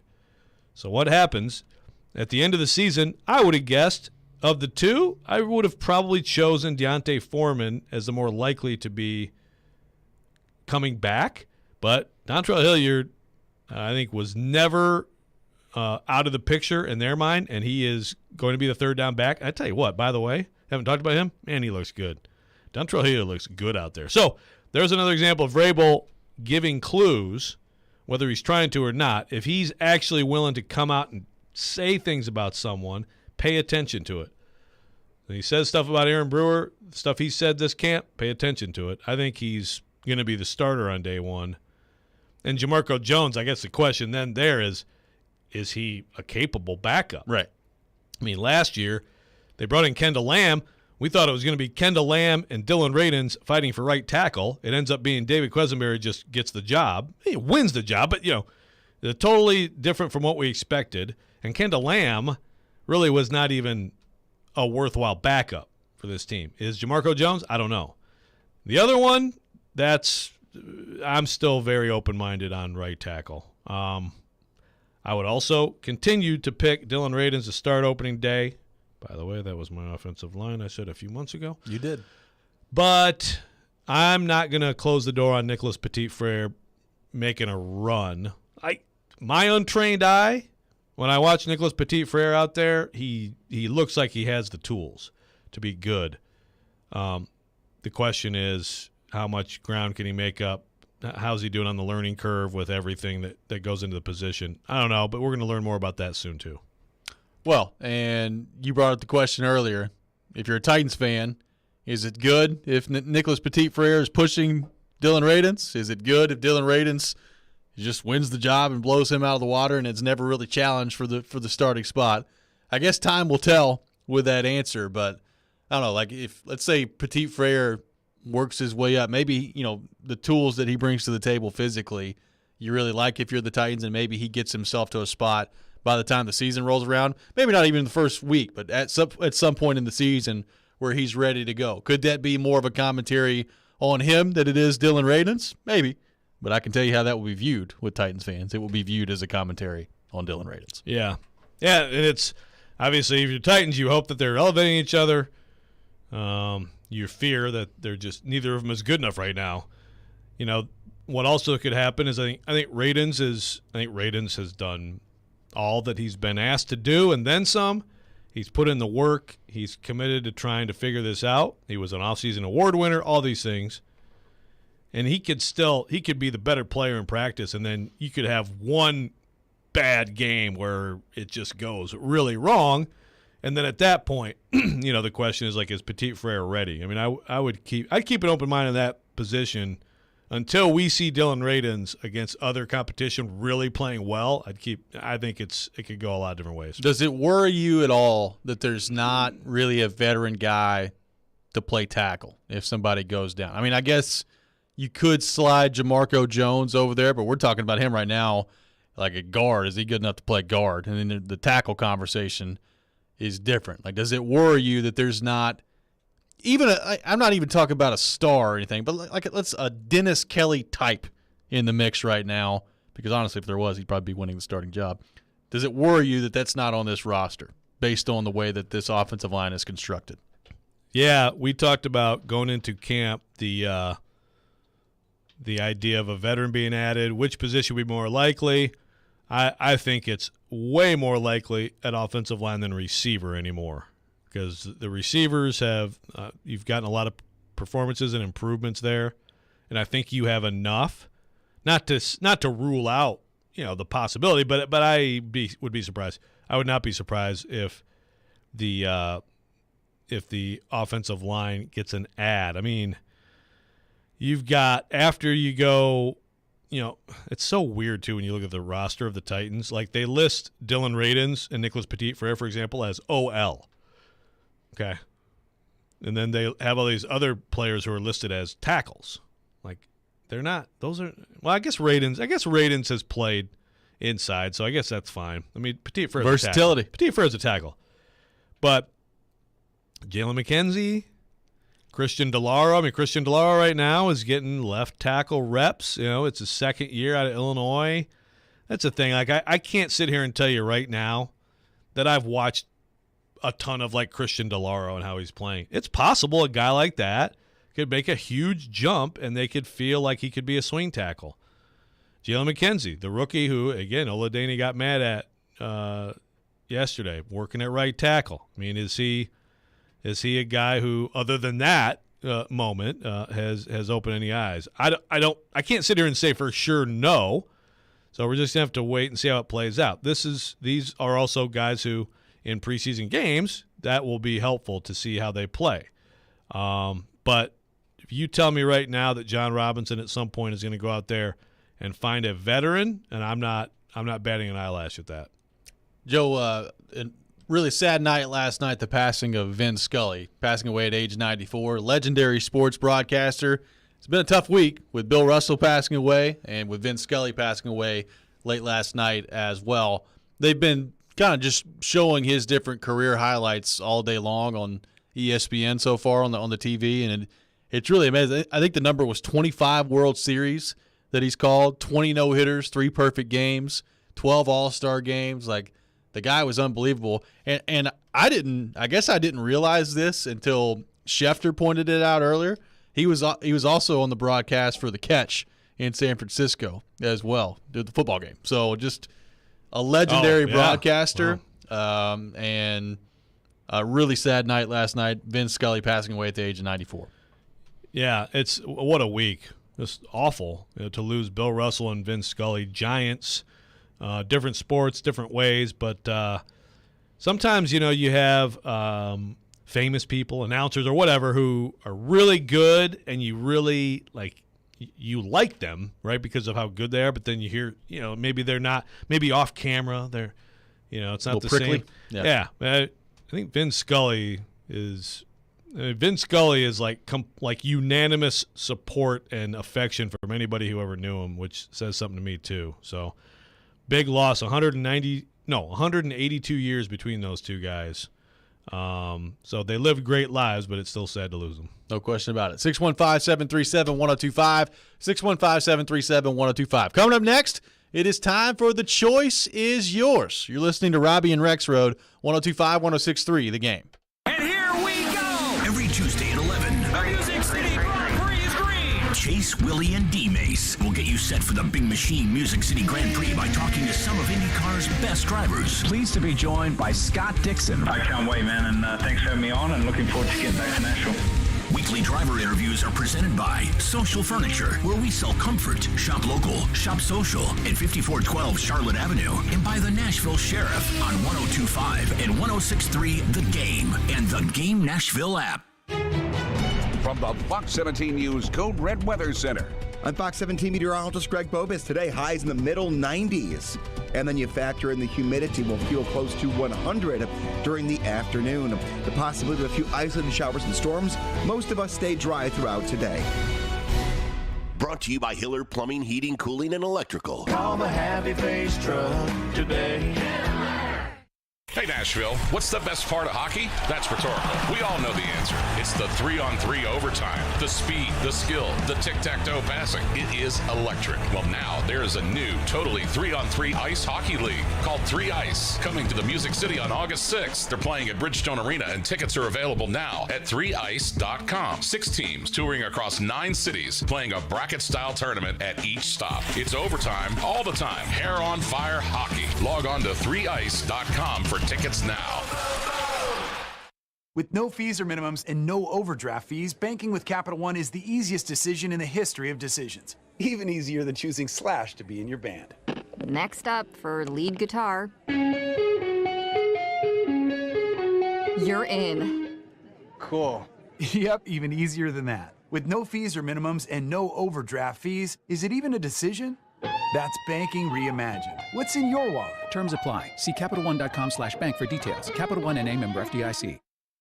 Man, this is a nice truck. Yeah, check this out. What? I changed it to remind me of my time at sea. Weren't you in the Air Force? Yeah, but I really love the ocean. You could save and get $200 with Navy Federal Credit Union when you refinance your auto loans from another lender, leaving you with extra to spend on other things. Navy Federal Credit Union. Our members are the mission. Credit and collateral subject to approval. Refinance loans must be at least $5,000 to be eligible for the $200. Terms and conditions apply. Learn more at NavyFederal.org. Ray Magliozzi here for eBay Motors. Okay, easy now. You're teaching your kid how to parallel park. Ouch! Turns out he likes to do it by feel. Don't worry, eBay Motors has bumpers, taillights, trunk lids, license plate holders, 122 million parts. Pull up just a little bit. And headlights. They've got lots of headlights. Get the right parts at the right prices. eBay Motors. Let's ride. This is a Reese's Peanut Butter Cup sound experiment. We're looking to find the perfect way to hear Reese's so you'll buy more of them. Here we go. Reese's. Reese's. Reese's. Reese's. Reese's. Hey, get out of here, you little stinker. Reese's. Reese's. Reese's. Peanut Butter Cups. That breathy one sounded very creepy, am I right? Cutting the price of your wireless bill feels good. Really good. Actually, it feels great. You should try it out. So cut your bill by switching to Straight Talk Wireless. Now offering our $45 Silver Unlimited plan with 5 gigabytes of hotspot and nationwide 5G on America's largest, most dependable networks. The $45 Silver Unlimited plan from Straight Talk. Straight Talk Wireless. No contract, no compromise. A month equals 30 days. See terms and conditions at straighttalk.com. 5G capable device required. Actual availability, coverage, and speed may vary. Jared Stillman. This is a team that the entire city is losing their minds over. Caroline Fenton. It's one of the youngest teams in the league. They don't have a single player over the age of 30. Stillman and Company. Afternoons from 2 to 6. Presented by TriStar Moving. On Nashville's best sports talk. ESPN. 102.5 and 106.3 The Game. And on the Game Nashville app. You're listening to Robbie and Rex Road on 102.5 and 106.3 The Game and on the Game Nashville app.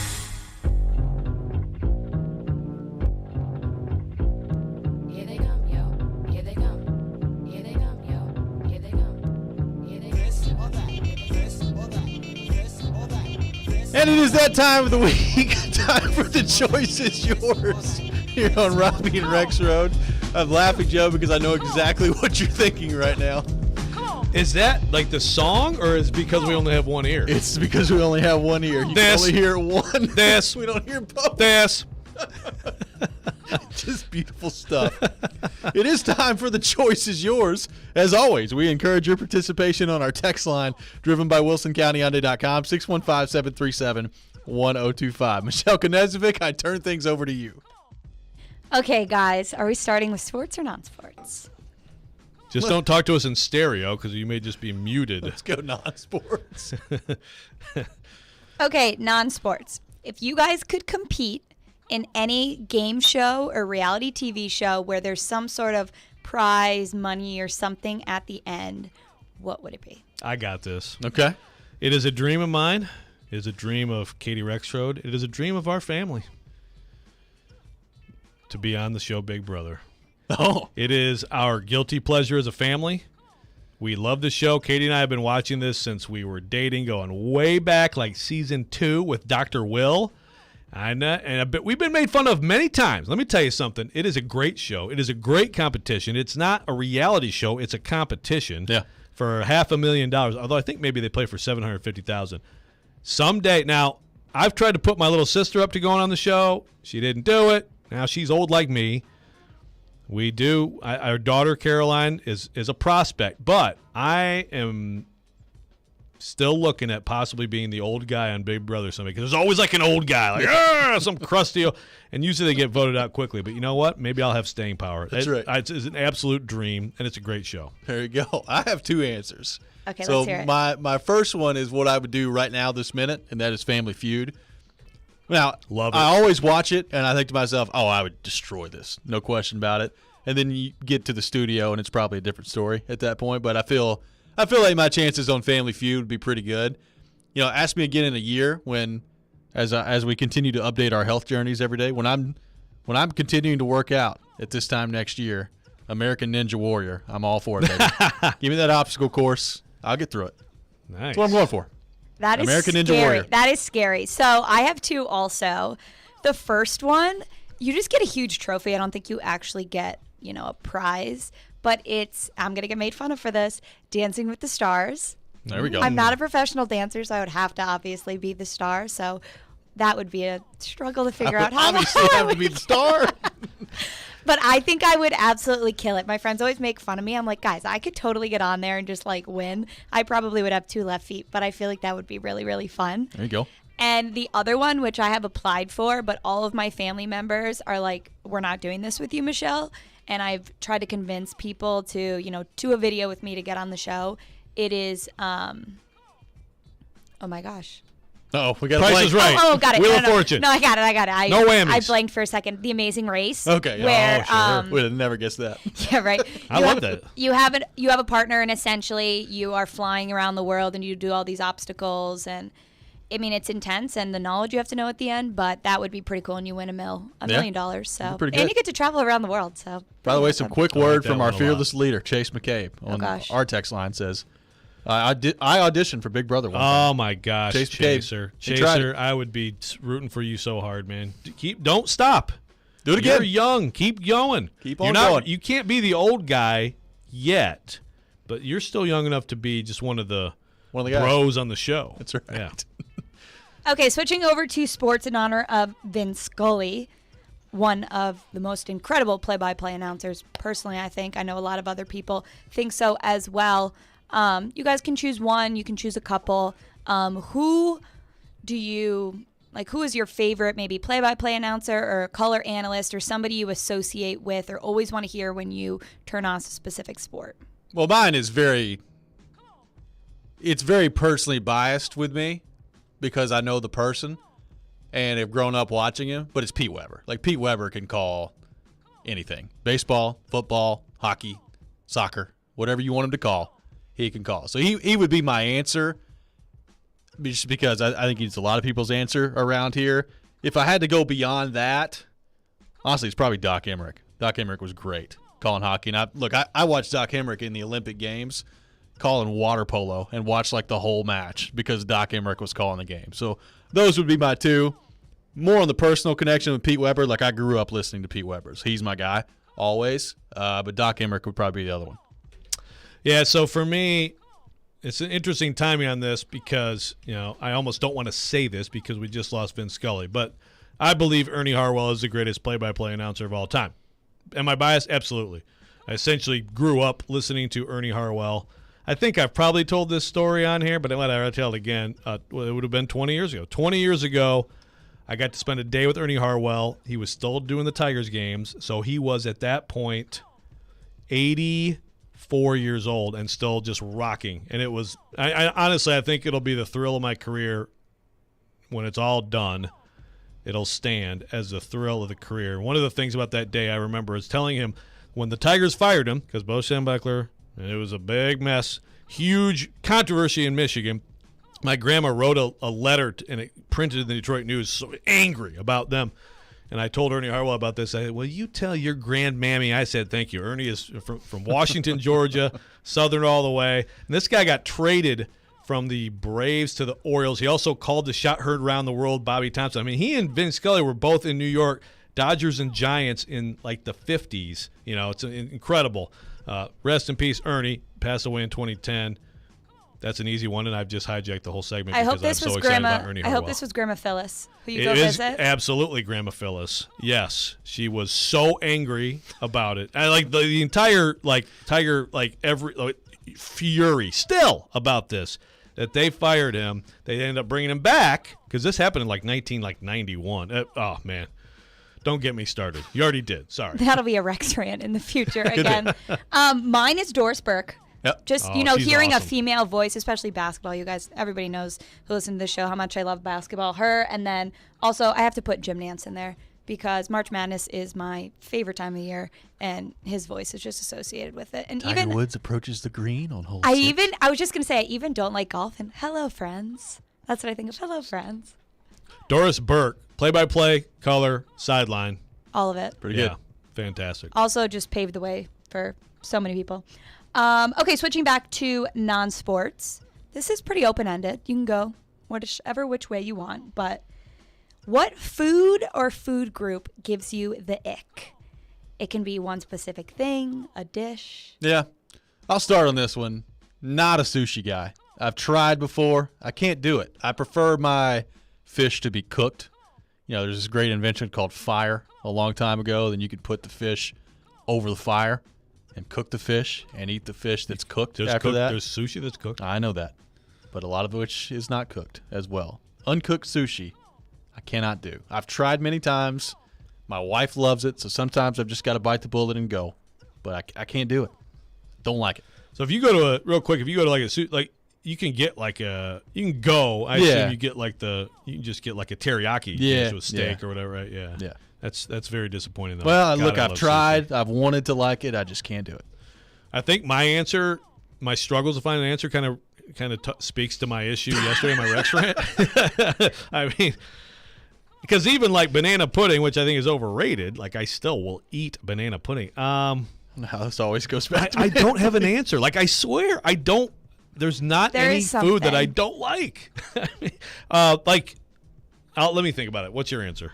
Okay, so kind of sushi, but I can tolerate it. But I know what you're saying, Robbie. But the one food, like I'm pretty open to a lot of different things. I'll try things. Olives give me the absolute ick. I tell my friends that I call them mutant grapes because one time I ate one and like the saltiness, I was just traumatized. Well, it's funny you say that because my dad, when I was 4 years old, asked me if I wanted some grapes. And I was like, yeah, Dad, yeah, cool. And he handed me some olives, and I ate it. And ever since then, like, I won't do it. I will traumatizing. Yeah. I will eat it by the jar. Olives by the jar. But I hear you. It's like in my family, it's like half the people hate it. A couple of us love them. That's interesting. They smell awful. I still have nothing. Okay, Joe has no answer, so you can think about that, but we'll move back to our last one, sports. So, in honor of Tom Brady's birthday today, he is turning 45 and is pretty much still at the prime of his career. So, you are 45. Robbie and I will, pretend we are 45, and Joe, you're going to go back to the age 45. Oh, yeah. Sorry. Get in there. If you could Really pick, hurtful. Sorry, Joe. We know you. You know we love you on the show. If you could pick one sport to be absolutely elite at and play it professionally at the age of 45, what would it be? Golf. Make a lot of money. And at 45, physically, you can still do it in golf. You can make some money at golf. I'd still have golf. It really is amazing the transformation in my life, how much I love golf now than a year ago I hated it. It's good stuff. Golf is my answer. That's a good one. Yeah, because I'm not going to say like football because I would get killed still, right? Like even I Kicker. like it could be I'd be like a stewed chicken out there, just fall apart. Yeah. I I mean, golf would actually, because I'm so bad at it, it'd be incredible to be great at it. Yeah, I'm going to go golf too. Yeah. Like, to actually be elite at that sport is It'd make me very I happy. can't even wrap my mind around that as a possibility. Okay, well, I had golf before you guys even spoke, Wow. but I just think Big golf fans here on the program. being elite at golf is the biggest flex ever. Right? Like you can hang with people in basketball but being elite at golf, like to be good at that is just so hard. Big golf But fans. we on need the to talk program. about golf more, apparently, on the program. We do. This program isn't about golf enough. This has been The Choice is Yours. You can check it out every Wednesday morning at 8:45. Coming up next, we'll get back into the Titans. What does Derrick Henry have left to prove this year for his legacy, for his career? We'll get to that coming up next. This is Robbie and Rex Road, 102.5, 106.3, The Game. You watch The Game. And he's going. Nobody's going to catch him. Derrick Henry, touchdown. We talk the game. I don't think it was a bad play, but he took out their goalie. We are The Game. Nashville's best sports talk. ESPN 102.5 and 106.3 The Game and the Game Nashville app. ElectronicExpress.com. We make it happen.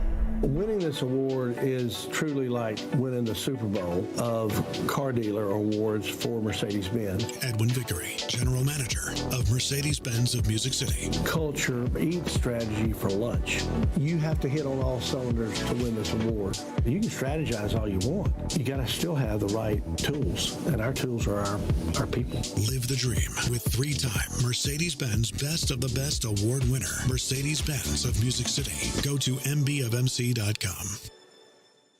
You know it's going to happen, and when your car needs service or repair, remember Mitchell's Mr. Transmission on Gallatin Road, just north of Briley Parkway. Now here's Jim Mitchell. Our fleet vehicle program is a great benefit to all the fleet companies in Nashville. We are able to get their vehicle back on the road a lot quicker than the downtime of most dealers and most general repair shops, simply because we have the transmissions available. We're able to put priority on their vehicles to get them back on the road quickly. You know it's going to happen, and when your car needs service or repair, remember Mitchell's Mr. Transmission on Gallatin Road, just north of Briley Parkway.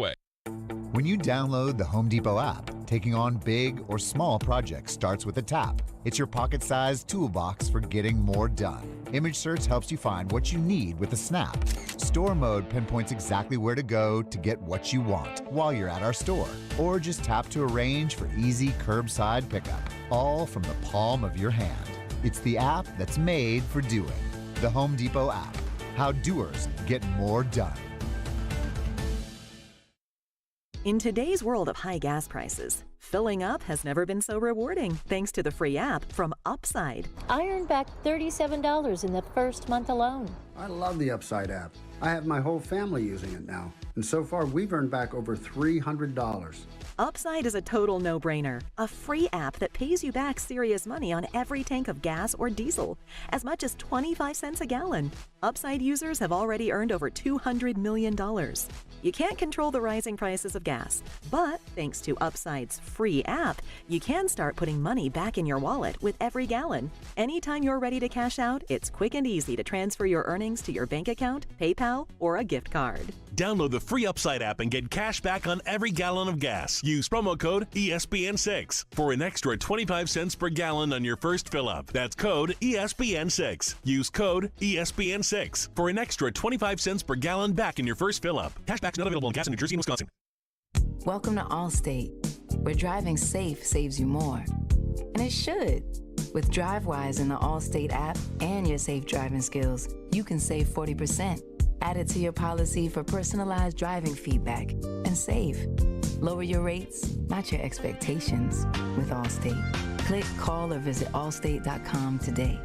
Not available in every state. Savings based on DriveWise and other safe driving discounts. Savings vary. Subject to terms and conditions. Allstate Fire and Casualty Insurance Company and affiliates, Northbrook, Illinois. Ray Magliozzi here for eBay Motors. Okay, easy now. You're teaching your kid how to parallel park. Ouch! Turns out he likes to do it by feel. Don't worry, eBay Motors has bumpers, taillights, trunk lids, license plate holders, 122 million parts. Pull up just a little bit. And headlights. They've got lots of headlights. Get the right parts at the right prices. eBay Motors. Let's ride. From the Hillside Medical Game Studios, WPRT-FM Pegram, WPUC HD2 Laverne. Robbie and Rex Road, Chase, Willy, and DMase. Stone and Company. Nashville's best sports talk. 102.5 and 106.3. Terang, it's a high fly ball. We got pass rushes. Awesome Game 7. Checkered flag in the air. The Game. A Cromwell Media Station. Mixing sports and a little bit of fun. This is fun. On your morning drive. This is Robbie and Rex Road. With Robbie Stanley and Joe Rex Road on Nashville's best sports talk. 102.5 and 106.3 The Game. And on the Game Nashville app. Ladies and gentlemen, it's showtime. Final hour, Robbie and Rex Road here on 102.5, 106.3 The Game. Robbie Stanley alongside Joe Rex Road. Michelle Knezovic here with you on this Wednesday morning in Nashville, Tennessee. Taking your thoughts on our phone and text lines driven by WilsonCountyHyundai.com, 615-737-1025. Joe, we're going to get into Derrick Henry here in just a second. But speaking of Derrick Henry, his college football coach, Nick Saban, apparently went on the radio this morning in Alabama with, I think, Greg McElroy and Cole Kubelik and said, quote, last year was a rebuilding year for Alabama. They won 13 games, won the division, won the conference, and the quarterback won the Heisman. That was a rebuilding year. Who said this? Saban. Saban said the word rebuilding. That's what he said. Good Lord, man. Just our overlord, Nick Saban. That's what he said. The responses are awesome to this week. Somebody said, well, this would be so funny if it weren't so sad. It's coming from. The sad thing is all those things are true that you said. It can't possibly be a rebuilding year, but I actually like they're going to win the national right. They're going to win the it. national championship. Yeah, they're going to win it this year. So it's going to still be one of those. Well, they just had to build up to this year with their outrageously ridiculous team of 2021. So there you go. If you're an Alabama fan, I guess some good news. Nick Saban says last year was a rebuilding year, so I guess that means he's pretty confident in this year heading into the season. 615-737-1025. So, Joe, I've brought this up before, but I think it bears repeating, and it's borderline incredible to me how we look at Titans training camp, we talk about the quarterbacks, we talk about Malik Willis, Treylin Burks, all these different storylines, and there's Derrick Henry sitting over there just doing his thing, and we just say, all right, we'll see you, Derrick, when the season starts. He had a major injury last year. People around the league seem to think that he may just be done. Like his days of being an elite running back are over at this point. And here we are just kind of glossing over Derrick Henry. And my question to you is, as you view him heading into this season and how it relates to the Titans and the window to win, all the things we've talked about this week, in your mind, for his legacy, for this team, everything included, what does Derrick Henry have to prove this year in your mind? To himself, to the outside world? Take it wherever you want to take it. Well, it's an interesting thought on what he would have to prove to himself. I guess that would be just that he is past the injury, because he can say he feels great and he's past it, and it certainly looks like he does and is. But the bottom line is he's got a bunch of screws and a plate in that foot, and he's never had a serious injury before. And so as hard as he has worked to get ready for this opportunity, the reality for most people, and two things. One, at that position at that age with that kind of usage, and two, after having a serious injury. So I think the proving is to everybody else. But it's an unknown for him too. I mean, you don't, like Julio Jones didn't intend for, it's a different situation, but didn't intend for the hamstring of 2020 to continue to be the prevailing issue in 2021, but it was. And your body just, especially playing this game, can go quickly on you. So I think it's just, I think certainly he's motivated when he hears people ask him about carries and about the injury and all that stuff. Workload, all this other stuff. I mean, there's no question that it fuels him. I'm sure, though, in the back of his mind somewhere, it's like, how much longer do I have? I mean, you don't know to play at that level. Right now, that's one thing about camp that, like, to me, it's like Ryan Tannehill or these known commodities, for example, as we've talked about. That's fine. They're out there. They're getting ready for the season. Let's see what they do in real time. But I will say with Derrick Henry, just watch him out there, like just for me, there's an excitement about, man, we're going to get to still watch this guy at a super high level run the football. And it's just going to be fascinating to see if he can do a whole season and be that guy again. I mean, I like his chances while acknowledging that the next injury could be around the corner. Well, to me, as I view this conversation, I think about it in terms of his legacy. And quite frankly, I think about it in terms of the Hall of Fame, because he was, I think we would all agree, if he stays healthy last year and he finishes where he was on pace to finish, which was right around 2,000 yards again. I think at the time he got hurt, he was actually on pace to break the all-time rushing record in the season. So if you would have gone a 3-year stretch of 1,540 yards, 2,000 yards, and then breaking the all-time rushing record the next season after, to me, I don't know if it would have totally locked up Canton, but it'd have been pretty darn close. Like, he's probably a Hall of Famer at that point. And then the injury happens, and he gets stopped on 937 yards last year. I think you can still make a case that he's been the best player at his position for a 3-4 year period at this point. So, look, maybe he can never have another big season again, and there's at least consideration. Maybe he plays long enough where he starts to get to the 10,000, 11,000 yard mark, and you start to consider it in today's era as well, which I think will factor into this discussion. But to me, if he comes out this year and has another big year, and let's say he finishes, maybe it's not 2,000, but it's 1,600, 1,700, somewhere in that neighborhood, like the Hall of Fame discussion is right back on track in terms of that's probably going to be his final destination one day, is the Pro Football Hall of Fame. And, everybody's talking about, is he going to be the same player coming off the injury?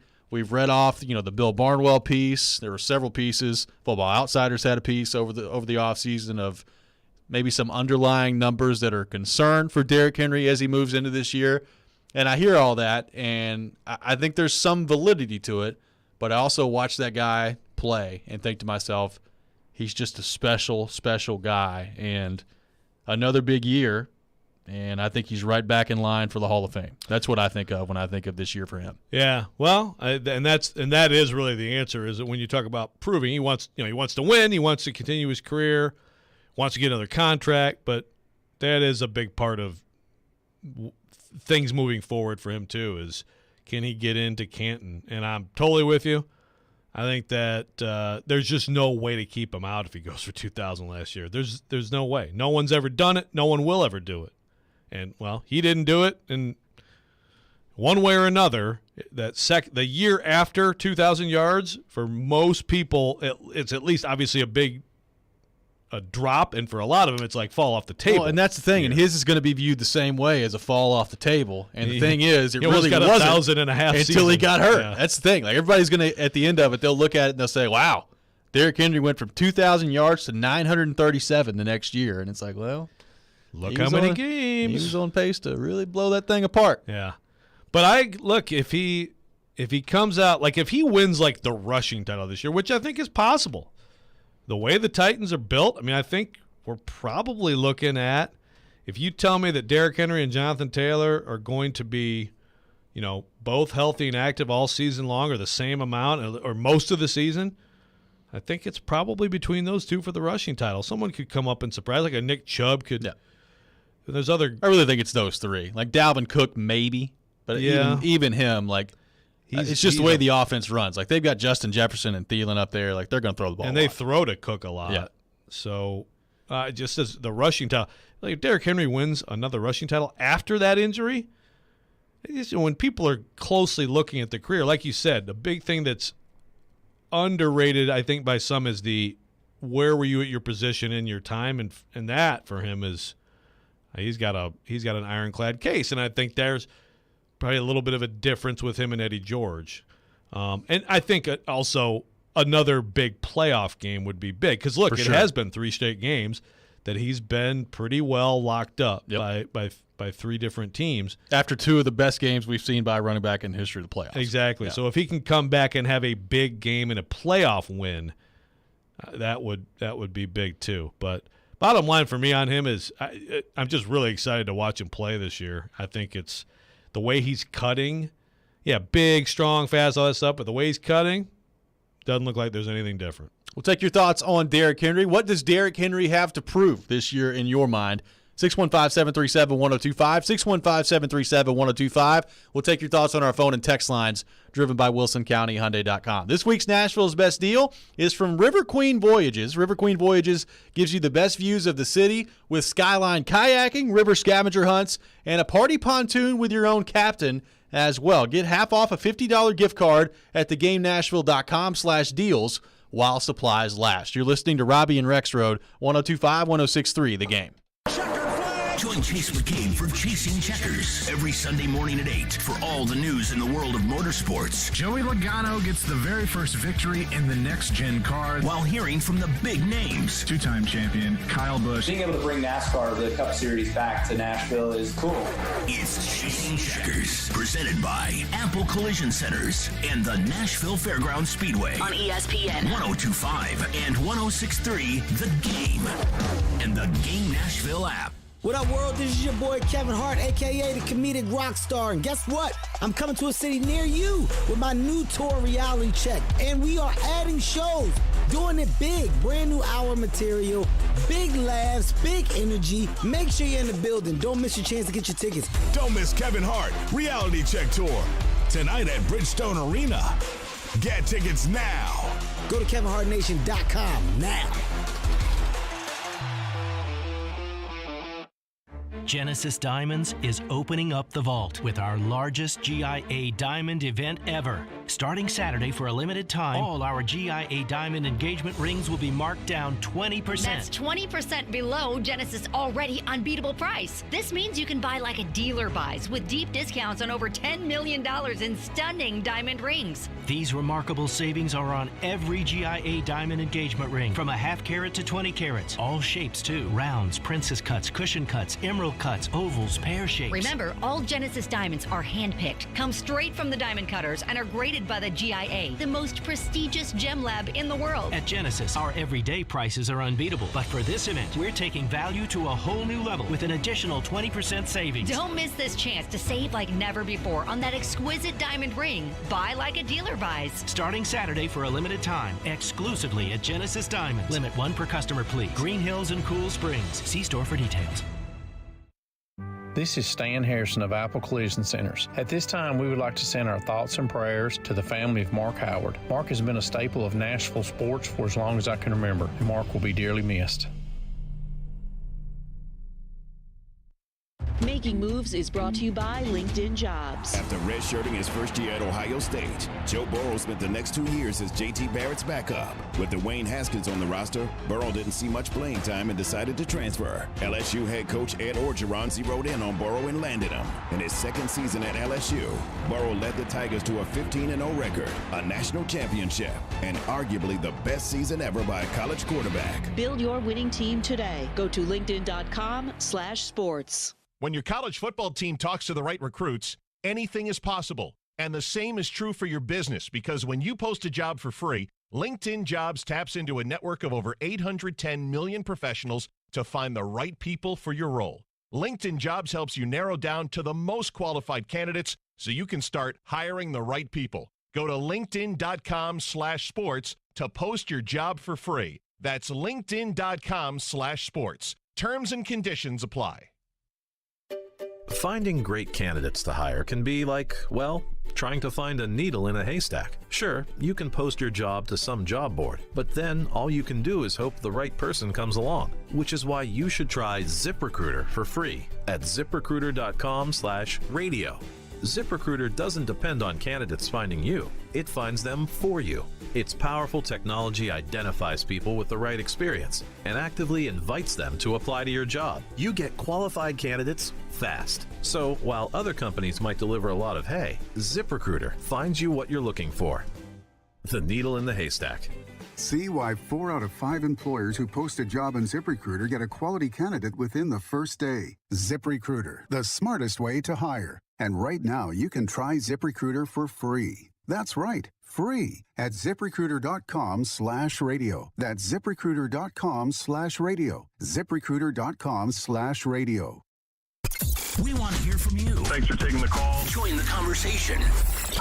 Call or text at 615-737-1025. Driven by WilsonCountyHyundai.com.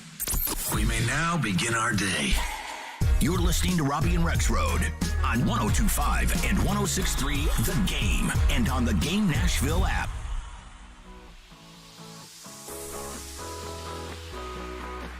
Welcome back in, Robbie and Rex Road here on 102.5, 106.3 The Game. School is back in session for some. We were all kids once, showing up on that first day of school in new clothes, new shoes, ready to go was a big deal. It still is, but there are thousands of children in Middle Tennessee who are going to be embarrassed on that first day because they don't have a decent pair of shoes to wear. We want to change that here. Souls for Music City is our cause. Please consider joining us with a simple $20 donation. That's all it takes to put a new pair of athletic shoes on the feet of a homeless child in Middle Tennessee. Just text DONATE to 615-737-1025. That's DONATE to 615-737-1025 right now and help make a difference in the life of a single child. Once again, that's DONATE to 615-737-1025. And thank you for your support on that as well.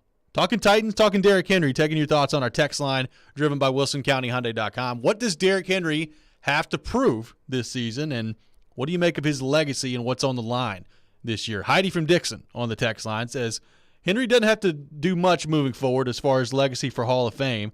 He's one of the very few running backs that will even be considered for the Hall of Fame in the next decade, so he'll get in. As a fan, he has to carry us in 4 straight playoff games to avoid a mediocre quarterback from having a meltdown. This is from Heidi from Dixon on the text line. Wow.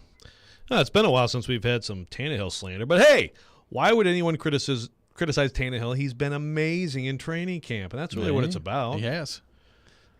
Interesting. Yeah, that's an interesting point, Heidi, on because there won't be a lot at his position that makes him a lock. I don't know that I totally agree, but it's worth considering. The thing is, I think there are going to be backs from this era who get in or have a chance or are in the discussion. It's just going to look different. But they're just, they're not going to have the raw rushing totals. But if you tell me a guy like Alvin Kamara can do what he's been doing for another bunch of years, and team success is part of the equation here. I think there's a guy who has the goods to potentially be in there, who in recent history, like, Zeke was on a great track. I think that's fallen off. Well, there's Adrian Peterson who just retired, but he's kind of in a different classification. He can just wrap himself in gold jackets right now. That's an easy one. Anyone else who recently hung it up who didn't have that long of a career who might be in consideration? There's got to be somebody we're not thinking of. I'm racking my brain right now. But there's no one that obviously comes to mind. That's interesting. So I guess from that perspective, if it's sort of like, gosh, there's no running backs anymore, put them in.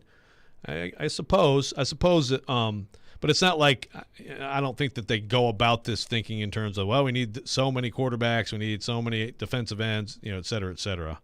But certainly, I think the point there that just the fact that he is clearly the best of an era.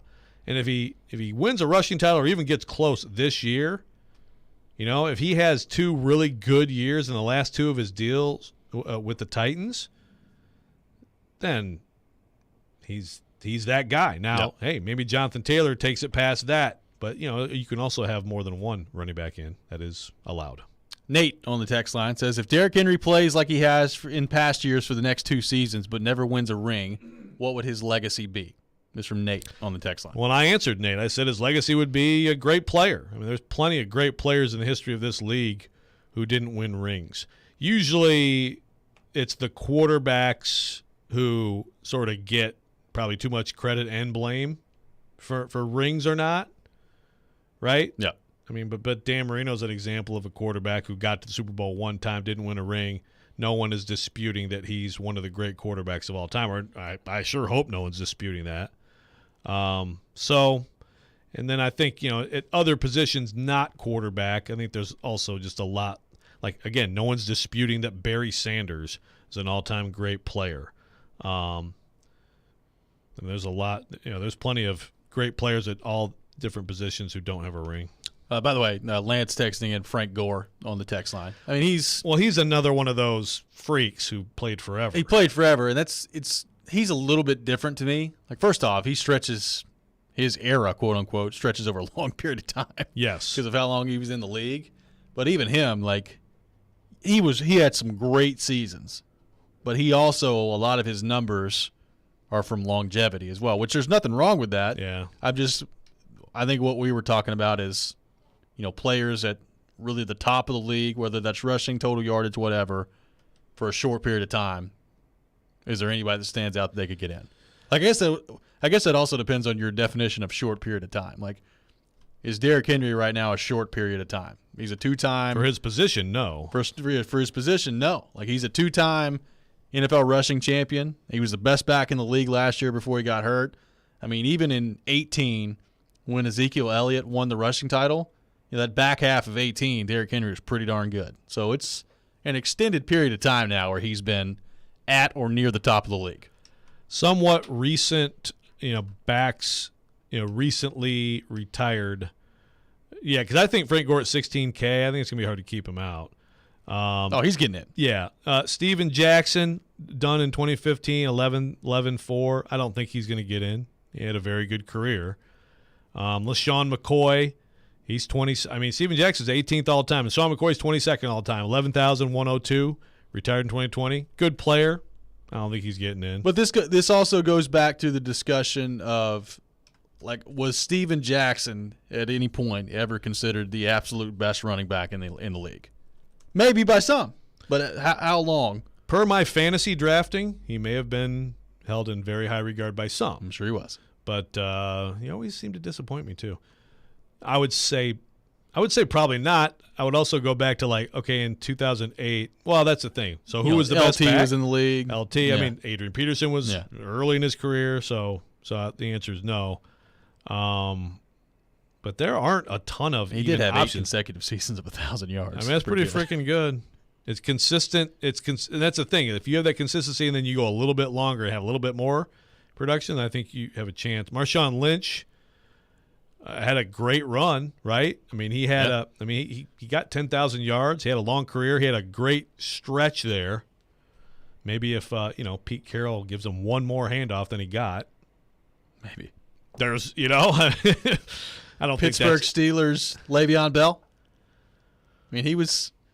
I'm not talking like Hall of Fame, but like that's the type of guy that we were talking about. Like a brief period of time, who maybe the rushing numbers. He's got good rushing numbers, maybe not great ones. That he was an but he was all around really, really good. Yeah, if Le'Veon Bell, look, did Le'Veon Bell with his contract stuff and his insistence on getting out and having a free, did he cost himself the Hall of Fame? Because I will tell you, if he had like 2-3 more years of what he'd do it, then you're really talking about something. Yeah. But now the way it turned out, no. He's not getting in. Oh, no. But, I mean, if he kept doing that a couple more years, it gets interesting. And some of the other, you go through and, like, Zeke is sitting there at, I mean, gosh, is Zeke now behind Derrick Henry on the all-time rushing? No, Derrick Henry is still behind Zeke, about 1,000 behind him. But obviously there's totally different trajectories. Well, not a good trajectory for Zeke, although it's funny. Jerry Jones is sitting there talking like, it's all about Zeke. Even though I'm like, you sure? I think you might want to give Pollard the ball a little bit if you're the Cowboys. But I don't know. Jerry Jones is – Zeke's getting the ball 30 times a game. Yeah, he is. Per him. That's right. And Jerry Jones knows what he's doing down there. Hey. Watch out, Mike McCarthy. Can't argue with those results. That's right. Yeah. We'll continue the conversation on Derrick Henry. 615-737-1025. 615-737-1025. Our Titans training camp coverage presented by USA Hemp Store and Parman Energy, your one-stop petroleum solution. You're listening to Robbie and Rex Road, 102.5, 106.3, The Game. This is Colton Sissons, and this is Smashville. Feeds now, Sissons coming on from the left circle, and Colton Sissons puts it in the net. This is the flagship of the Nashville Predators radio network. ESPN 1025, The Game. This is Chef John from Kitchen Notes at the Omni Nashville. Inviting you to come join us for breakfast and lunch. We are offering some exciting new menu items. For breakfast, we have a smoked prime rib hash. Comes with a sunny side up egg, hominy, caramelized onions. It's a great start to your day. We are featuring a sourdough pancake made with a sourdough bread starter. It's a fun spin on the classic buttermilk pancake. As always, Kitchen Notes is serving biscuits all day. Come join us and create a memorable experience here at the Omni Hotel. Food is all about memories for us. We'd like you to start a new memory here at Kitchen Notes in the Omni Hotel. Breakfast at Kitchen Notes in the Omni Nashville Hotel. Are you ready for this? You've never seen the PBR like this. Buckle up for the ultimate weekend in Western sports as the PBR Team Series invades Nashville's Bridgestone Arena, August 19th through the 21st. 8 teams, 3 days, 1 champion. Don't miss your chance to watch history as it's made. Get your tickets now at PBR.com or Ticketmaster.com. PBR Team Series. Bull riding will never be the same. Attention investors. You know, in business, timing is everything, and today your timing is perfect. Credix Corporation is operating in many of the fastest growing and most profitable industries: real estate, retail, e-commerce, the CBD market, and family golf entertainment, with more to come. We're helping investors on Main Street, not just Wall Street. Credix recently entered into an agreement to purchase USA Hemp Store. One of the affiliates of the USA Hemp Store is NFL Hall of Fame quarterback Joe Namath. Credix is offering an investment opportunity into shares of common stock at $1.20 per share. Invest for a $20,000 minimum investment, although we have the option of accepting subscriptions in a lesser amount. Become an investor in one of the most exciting public companies today. Space is limited. Call now for your free investor information kit. 800-881-1528. 800-881-1528. Or visit CredixCorporation.com. CREDEX Corporation.com. An investment in Credix Corporation, the company. The information herein is not meant to replace or supplement the term sheet. For complete information and full disclaimers, visit CredixCorporation.com/invest. Join 1025 The Game, Brentwood Fire and Police, the Williamson County Sheriff's Department, and the Nolensville Fire and Rescue for the 9th Annual Williamson County Battle of the Badges Blood Drive, Wednesday, August 17th from 6 a.m. to 6 p.m. at the Brentwood Library on Concord Road. This year's blood drive will be in memory of Williamson County Deputy Chandler Rowe. Support the 9th Annual Williamson County Battle of the Badges Blood Drive, Wednesday, August 17th, sponsored by BL Harbert International. Jump into the thrill at Bally's Evansville Casino. Play to win with lots of slots and live and electronic cable games. Visit the High Limit Room for an elevated experience. Take a break with a cold tap house brew or a snack at the deli. For more elegant dining, check out the flavors, river views, and music at Cavanaugh's. Enjoy a relaxing stay at the Bally's Hotel or the luxurious Legends Tower. Plan your casino getaway at Bally'sEvansville.com. Gambling problem? Call 1-800-9-WITH-IT. Robbie and Rex Road here on ESPN. Welcome into Chase, Willy, and DMase. Dominic Company is delivered. There's a new way to hear 1025 The Game. Nashville's best sports talk on 1063 FM. From downtown Nashville to Spring Hill on I-65 and to Murfreesboro on I-24. You now have 2 choices to hear our great sports programming. Get the extra point, no problem. And the Nashville Predators. Scores! Check out 1063 now and save it as a preset. Hey Nashville, this is David Price. You're listening to Nashville's best sports talk, ESPN 1025 The Game.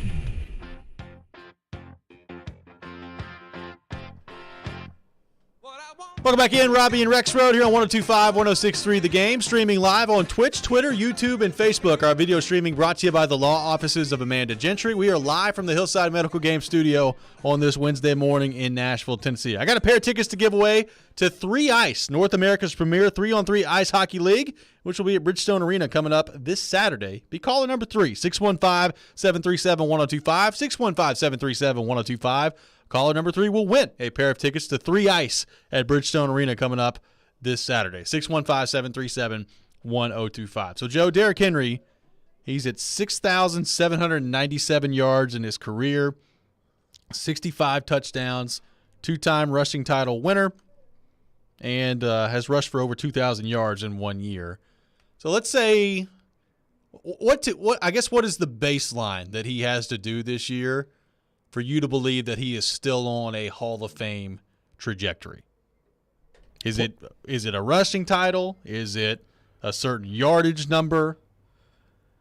I'd say a rushing title would be huge. Another rushing title after all that, extending the career, extending excellence, and being the best at that position this year, that would strengthen his case a lot.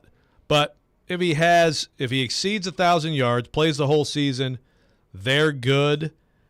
Again, here's a question. What's more valuable? Derrick Henry wins a rushing title for a team that doesn't make the playoffs, or let's say Derrick Henry wins a rush title, they get in the playoffs, he gets shut down again, or Derrick Henry has like 1,200 yards, doesn't win the rushing title, but he goes off for like 150 plus in a playoff win after that. Which helps him more? That's a great question. I think both help him tremendously. The playoffs, though, I'd probably go playoffs. I mean, that's what we're think back to those Patriots and Ravens games. Well, it's interesting to think about. Like, I need to go look exactly where he stands on the playoff, I guess, rushing list. But you put together another couple of big games in the playoffs, all of a sudden he's starting to creep up on that list, I would think, just based on the monster games. We talk about New England and Baltimore a lot. He had a monster game in that Kansas City game, too, the first time they made the playoffs with Mariota as quarterback. Well, it's a great point. Yes. I mean, he was not the starter. DeMarco, is kind of in and out, and he's banged up then, and Derrick Henry was just huge in that game. And that was one of the great early moments of a career that was kind of, he was a nice backup, but weren't sure what he was going to be, and it still took well into the next year for him to find everything. He is 17th right now on the playoff list with 732 rushing yards. Yeah. So give me your guess on who's number one. You didn't look this up while I quickly did with my Twitter fingers. Number one on the all-time rushing list in the playoffs? Yeah. And what would the number be your guess? Man. I will go – good gracious. For some reason, Marcus Allen's coming to mind. Well, that's a good guess, especially when you consider what he did to the Washington football team in that Super Bowl. It broke my heart. But he is fifth at 1347. All right, I knew he was close. Emmitt Smith. Yeah. And that, and 1 and 2 both make sense because you're just talking about massive playoff success for their teams.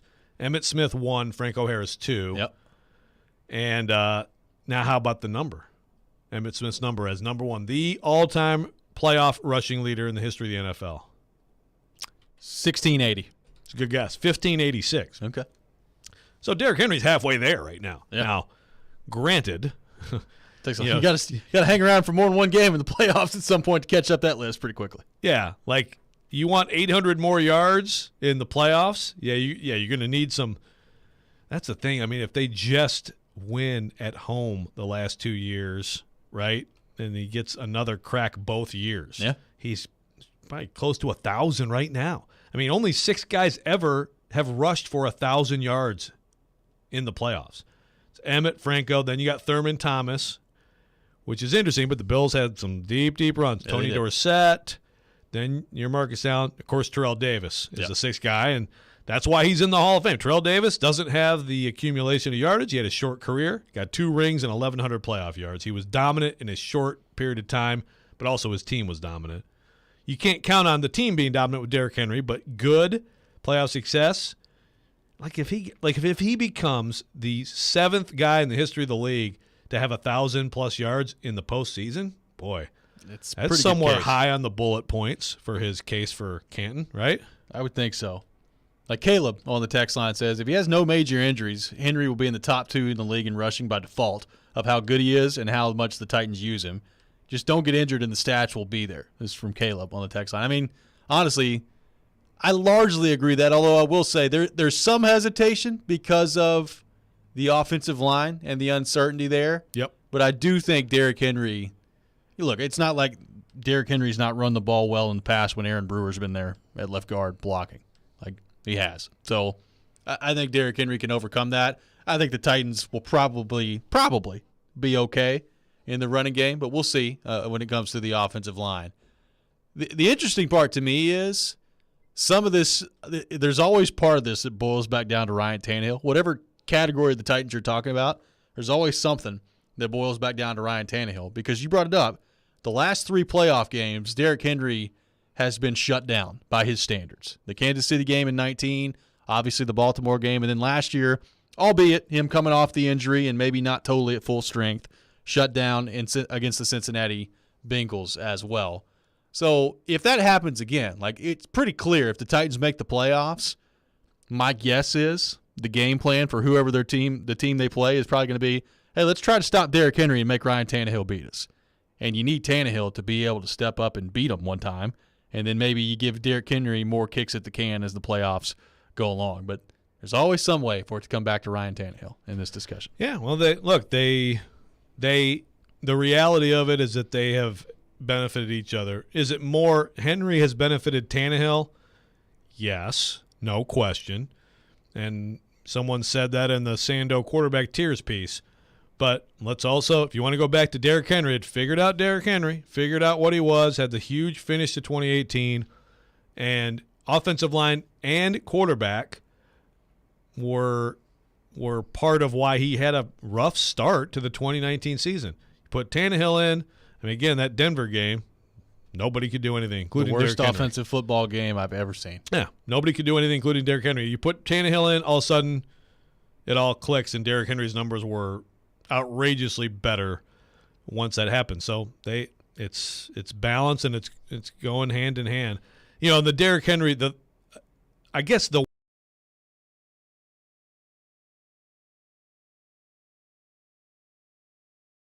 I think he had 50 plus in the first half, but then he ends up with like 67 because part of that is because the Titans are now chasing a game.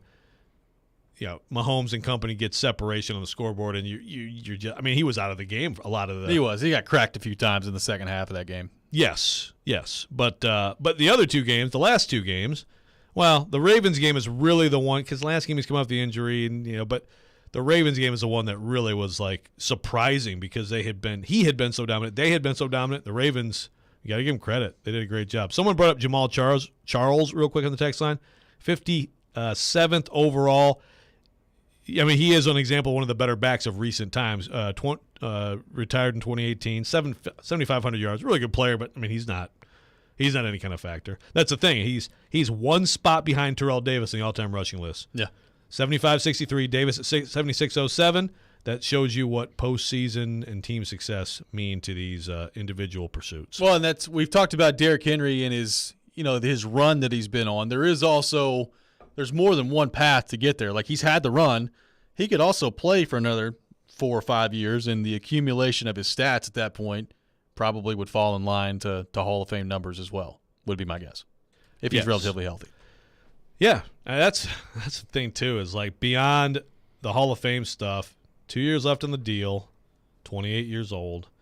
Like, what if he goes for 1,500 the next 2 years, and he looks amazing, and he's 30? Like, well, then the Hall of Fame discussion's over at that point. But pretty much. Yeah. But like, what's the discussion about the Titans and his future and their future and their offense and everything? I mean, it's a great question. Like, you don't want to let a guy like you think back to like Eddie George going to the Cowboys, and this happens a lot, right? Later in the career for players, and it was time. But what if Derrick Henry's just dominant the next 2 years?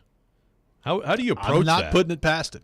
I'm really not. Adam in Portland on the text line says, Derrick Henry is the best player to ever wear a Titans uniform. McNair was the toughest, but purely from a talent, performance, and attitude standpoint, Derrick is the best, and we need to appreciate what we're witnessing with him. This is coming from Adam from Portland. Strong words. Strong words. But I think great analysis of talent, performance, attitude, all that. You know, he's a great face of the franchise. Best player to ever wear a Titans uniform. I mean, it's pretty close. I guess I'd probably still give the edge to McNair. He did win a league MVP, but it's pretty close. I think it's worth a discussion. I think it's McNair, but the scenario I just laid out, what if he has 2 more years? It's probably Derrick Henry. It gets harder to argue against. Wes on the text line. That's a good question. What is the bigger what if in recent sports history here? Derrick Henry not getting hurt, or Johansson and Fiala getting hurt in the Preds playoff run? The bigger what if? Well, the thing I say definitely Johansson and Fiala, because the what if of Derrick Henry not getting hurt, obviously the Hall of Fame what if there is huge. But the team what if, I mean, they got the 1 seed. And he was there in the playoff game. He wasn't totally himself, but he was there. And he would have been, even with the injury, he would have been part of who knows what another week would have meant for him, right? Could have chased down a few more tackles on the Ryan Tannehill interceptions if he's a little bit out there.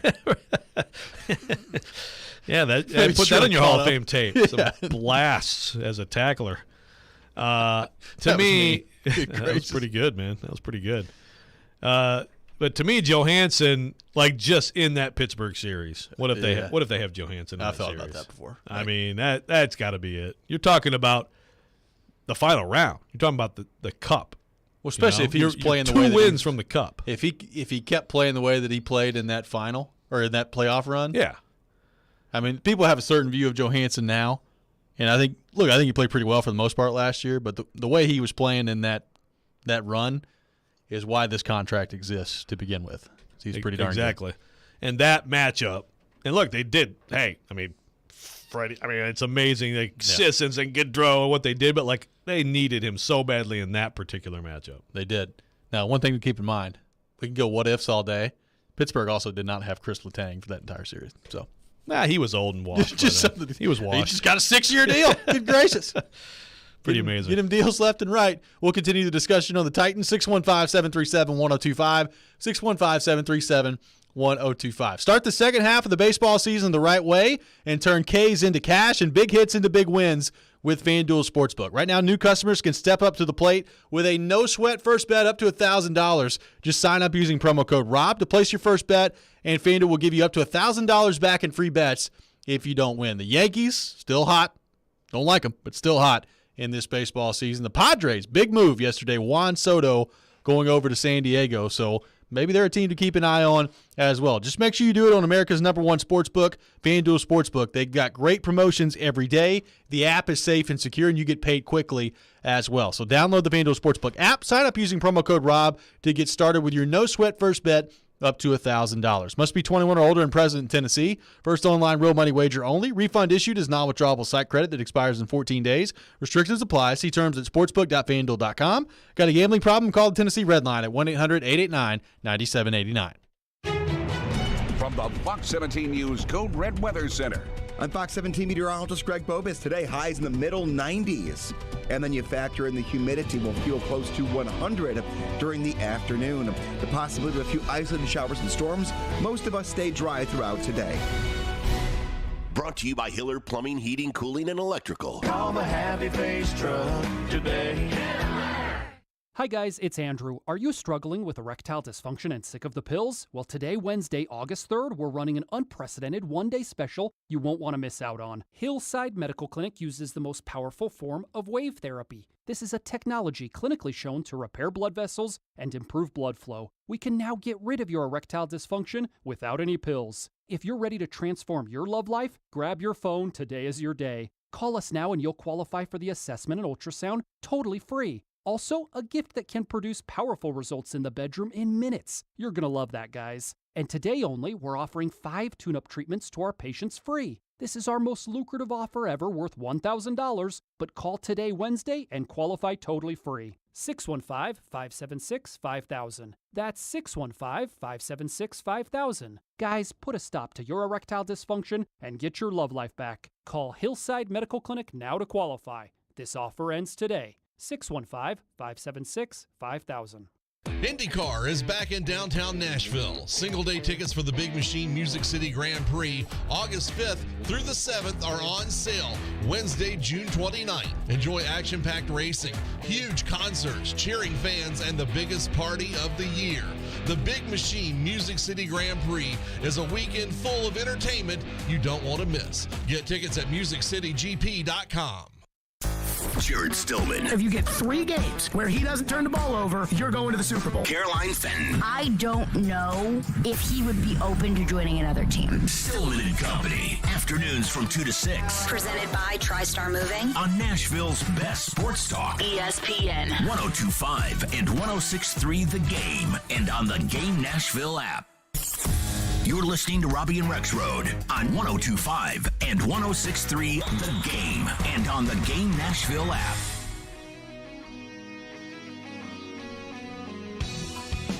Tune in for Nashville Sounds Baseball tonight at 5:35 on 94.9 The Fan. The Sounds are on the road taking on the Norfolk Tides, the AAA affiliate of the Baltimore Orioles. Sounds Baseball on 94.9 The Fan, presented by 312 Pizza and Farm Bureau Health Plans. Welcome back in. Robbie and Rexroad, 102.5, 106.3 The Game. Got a lot of your thoughts on Derrick Henry and the Titans to get to on our text line driven by WilsonCountyHyundai.com. So let's do that. Lance on the text line, by the way, says Bruce Matthews the whole way, best player in Titans history. See, this is where we get into semantics. Yeah. So Bruce Matthews, I think definitely you could make the case as the best player in the franchise history. Yeah. But most of his great years, of course, are with the Houston Oilers. So how do you judge that? I think wasn't it framed like to wear a Titans uniform? Yeah. So if that's the case, then I got to disagree. Now he was pretty good. He was still good Titans here, yeah, for sure. But the great years, the shoe-in Hall of Fame years, most of them in Houston. But that's always makes these discussions sticky. And Liam on the text line says Randy Moss. Like I always run into this. Like every year, I put out my my all-time like Nashville Predators lineup, right? So like I go through the four lines, 3 D pairs. Peter Forsberg. Well, and every year I don't have Peter Forsberg on there, and people are like, "How in the world do you not have Peter Forsberg on there?" I was like, he played 16 freaking games for the Predators and was hurt the whole time. Yeah. Like he was still good. He played 16 games. And I think that I don't know what the cut line is on that, but I think that's how you have to look at it because the Titans, man, between Randy Moss and Andre Johnson. And Julio Jones. I mean, those three, they find me the franchise boasting the better receivers and tell me that any of those guys would for 1 second have considered, going into the Titans uniform. I mean, it's just it's like a cup of coffee doesn't count.